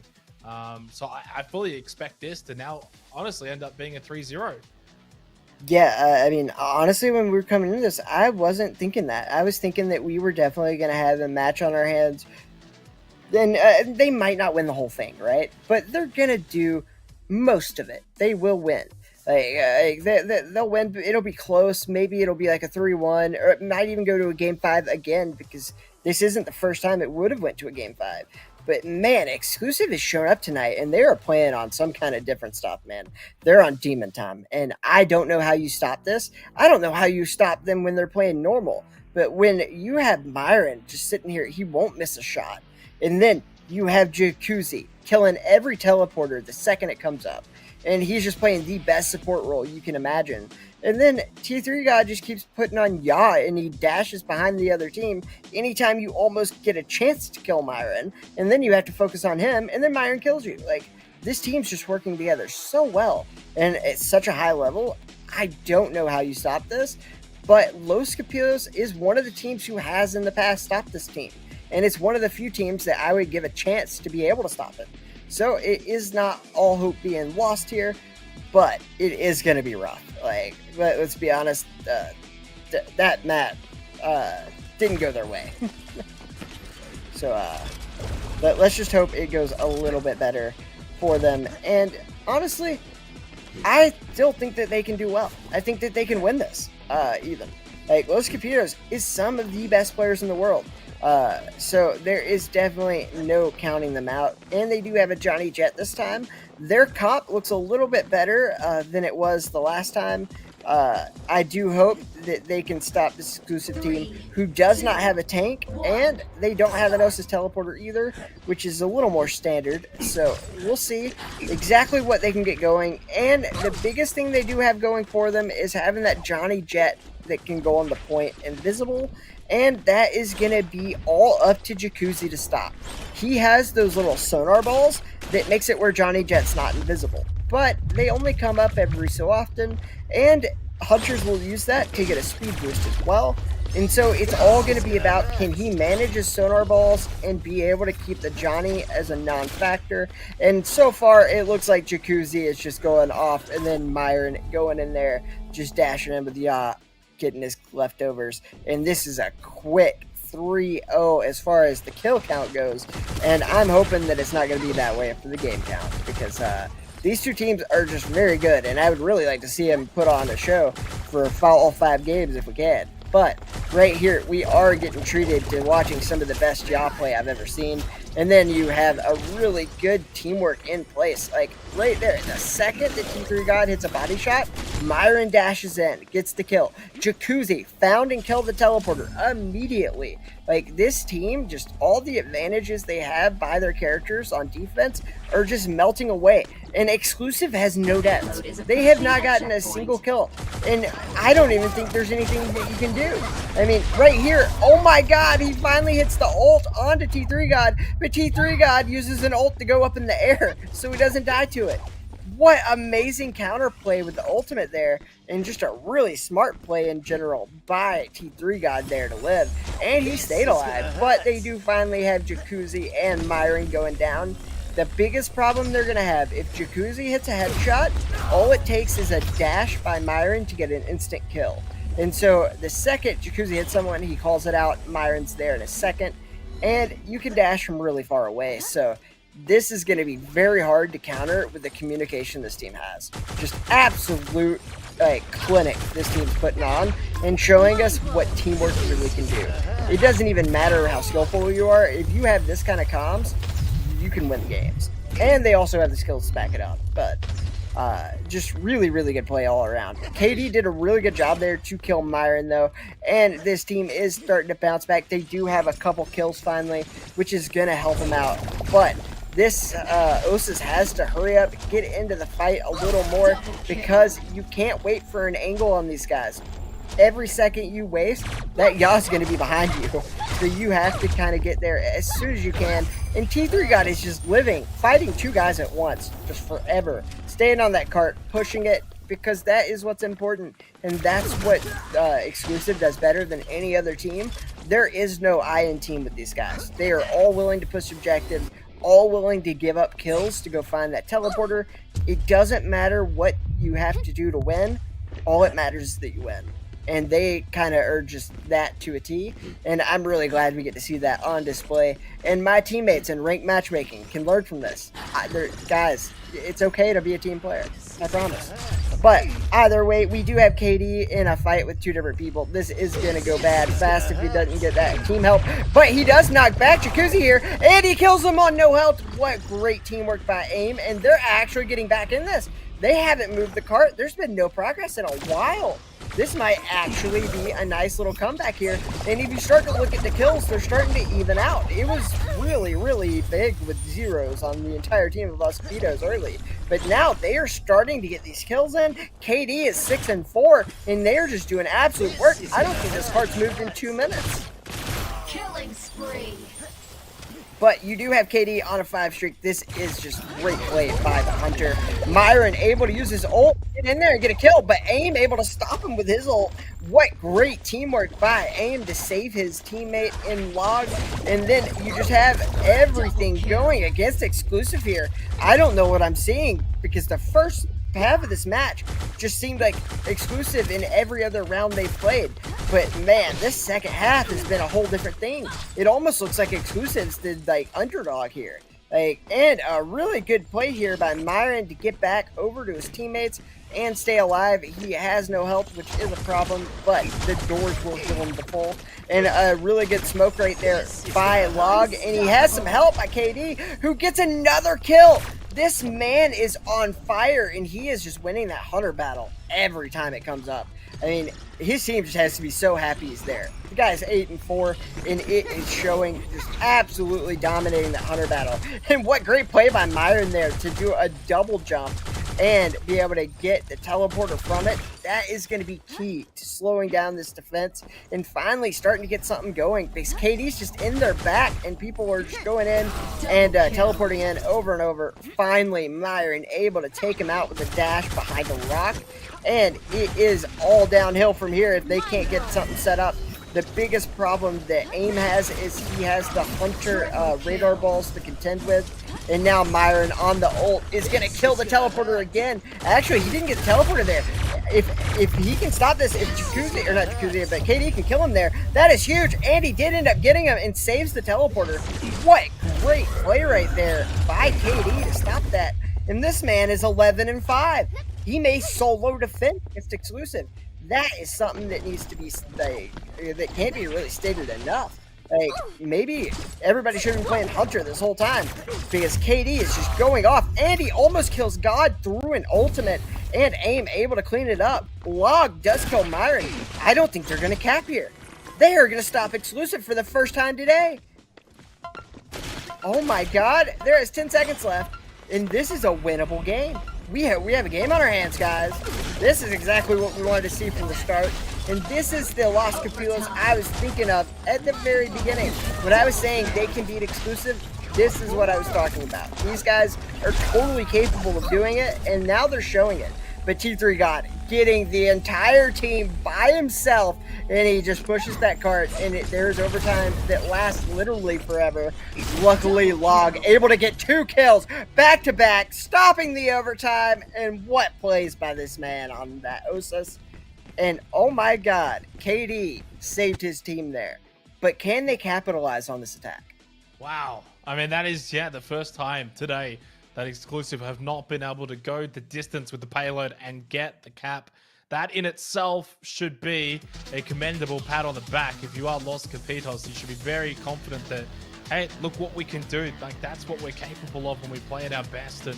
And obviously, it doesn't necessarily mean this is now a foregone conclusion. As you said earlier, even just capping is generally a win in itself. This is still got to be a difficult task for Los Capitos to match what we just saw from Exclusive, but nevertheless, it's a starting point. It's a platform to build off. Obviously, they must win this map. You lose this map, grand final is over. And they've given themselves at least every chance at being able to win it, and that's all you can ask for. Oh, for sure. And, I mean, both of these teams did a really good job, and KD just coming out there, just putting on a show, and just doing work. And at the very end, those shots that Log hit, to kill Wallowing and stop that cart might be what makes the difference in this round on attack, because that is like 20 meters that he saved them from having to go. So a really good play right there, and something that I really think that like really can make this team just have a shot here. Because I'm not gonna lie, that first half was really rough. I am glad to see that Los Capitos was able to bring it back. And right here, we do have the Hunter coming out, being strong again. KD with 2 kills already, and he is going forward. He wants more. This guy is hungry for kills, and you gotta love to see that. A guy who is confident and doing everything he can. And then Myron with a great shot onto Log, but it is just 1 kill, and they are still pushing that cart. They are going to have to stop them. And you do have AIM trying to come back and get Myron, but Myron able to fake him out, and he is just fighting him from the back. What a rough play there to have to get pinched by 2 of the exclusive members. Just really good from both sides there. But they are able to stop him. The biggest thing is that it doesn't necessarily matter, because exclusive did not score. You have all the time in the world. You can play on the end of contest until the game ends. So as long as you're able to have the Hunter kind of get these guys down and just keep pushing that cart little by little, I think that Los Capitos is actually in a pretty good area here. I mean, exclusive kind of had the perfect start, but right here is not the worst start either. I mean, they just need to make sure they get to that middle ground. That is going to be the test. Can they get to the middle? Everything from there is so much easier. And honestly, they're doing what they can. It's just very hard to end up killing this team. Myron 4-3. Jacuzzi doing everything. Even though he's 1-0, he is sitting there getting damage into everyone, making it easy on his team. And then God, always dashing behind people and making it to where you have to get either shot in the back by one guy or the other. It is rough, but they are managing it better than most, so hopefully they can end up taking out Myron here. That's what's going to need to happen, and KD seems to be the man to do it. Hopefully he can end up taking him out, and he does. So KD doing an amazing job here, and he gets the teleporter. Guy is just going off here, and he has everybody lit up for his team. They need to take T3 God off the point. Their team is spawning here, but it is going to need to be a really good shot from Lob that takes everything. Log has to get the snipe down, but he's still looking for Myron, and now you're going to get Myron being pinched by the Osis and KD, and he has gotten KD to 1 shot. He only needs a body shot now, and he's about to teleport out of there, and okay, Myron teleports behind him and kills him. Oh man, that's rough, but it doesn't matter. They are getting a little bit more movement on the cart. Myron with a headshot though, taking him out. Just amazing plays all around by this exclusive team, and Myron is already 8-4. KD again putting on a show, doing his very best, but he needs some help. It's gonna take more than just one man to be able to take down this exclusive team. And we saw at the end of that game, they did step up. They started doing their part, and it made a difference. So hopefully we can see that here, because remember, all that matters is distance. So even if they have to do the whole thing on the contested time at the end, it still counts, but they're gonna have to get these kills here, and I just don't see it happening. They only have 1 shot at this, so they're trying to make it count. They're all going together, and they're trying to make sure they have their ultimates up, but they have to get going. They have to get to that cart. And it's last seconds. Myron with it, a beautiful headshot, and that is probably going to end the game here. Myron just going off, going double positive for the end, as well as T3 got at 8-4, and Jacuzzi 3-0. Just putting on an absolute show till the very end, and showing us why exclusive is the best in North America. What a performance from exclusive straight away. They are the champions here of the North American Rampage. Congratulations to exclusive. They did not drop a map. They didn't drop a round. They were impeccable all the way from start to the finish. A big congratulations to them. I mean, that was an absolute flawless performance to watch. I mean, it's one thing to win a tournament, sure. It's another thing to win without really losing in any way, shape, or form. I mean, they completely earned this, and you know, commiserations obviously to what was a valiant effort, I would say, for Los Capitos. They had some good moments. Obviously, that defense on the payload and that third map was really, really solid, but just a little bit short of exclusive, a top team. But, I think that was a very impeccable run. Yeah, I mean, you literally can't do any better than that. So, I mean, just congratulations to both teams. Both teams made money, and that's what's important, is both of these teams got a lot. So even though Los Capitos did lose, they get a very soft landing on that hundreds of dollars. That'll be fine. And I think there's one thing, when you lose, it depends on the scenario in which you lose. Not only did you finish second in the grand final, but you lost to the best, and you know that. And obviously they'll want to go away from this and say, okay, how can we practice to get better? What can we learn from exclusive? How can we improve to be better than them? But at the moment, you've got to sit back and say, yep, they're the best. Well done. They beat us 3-0. We'll take second and feel a little bit confident in our ability. So again, commiserations to Los Capitos. Of course, Goobers finishing third as well should, in theory, give them another shout-out losers in the losers grand final. But those were our top 3 teams, exclusive being the best of them. We do have another code giveaway as well. I did say, of course, at the conclusion of this tournament, we'd have one more waiting after the champions have been crowned. Well, there it is on our screen. The best of Rampage 23. That's the final gift code of the day. I do not lie. I did say there would be one more, and there was one more as well. So big shout out to everyone, of course, for watching. And for those that, have obviously stayed until the end, sure, there's that gift code. There is that one last little freebie. And one thing that every team needs to be thinking right now, what is KD's contact info and how do I pick him up? That's all I got to say. That man is a demon.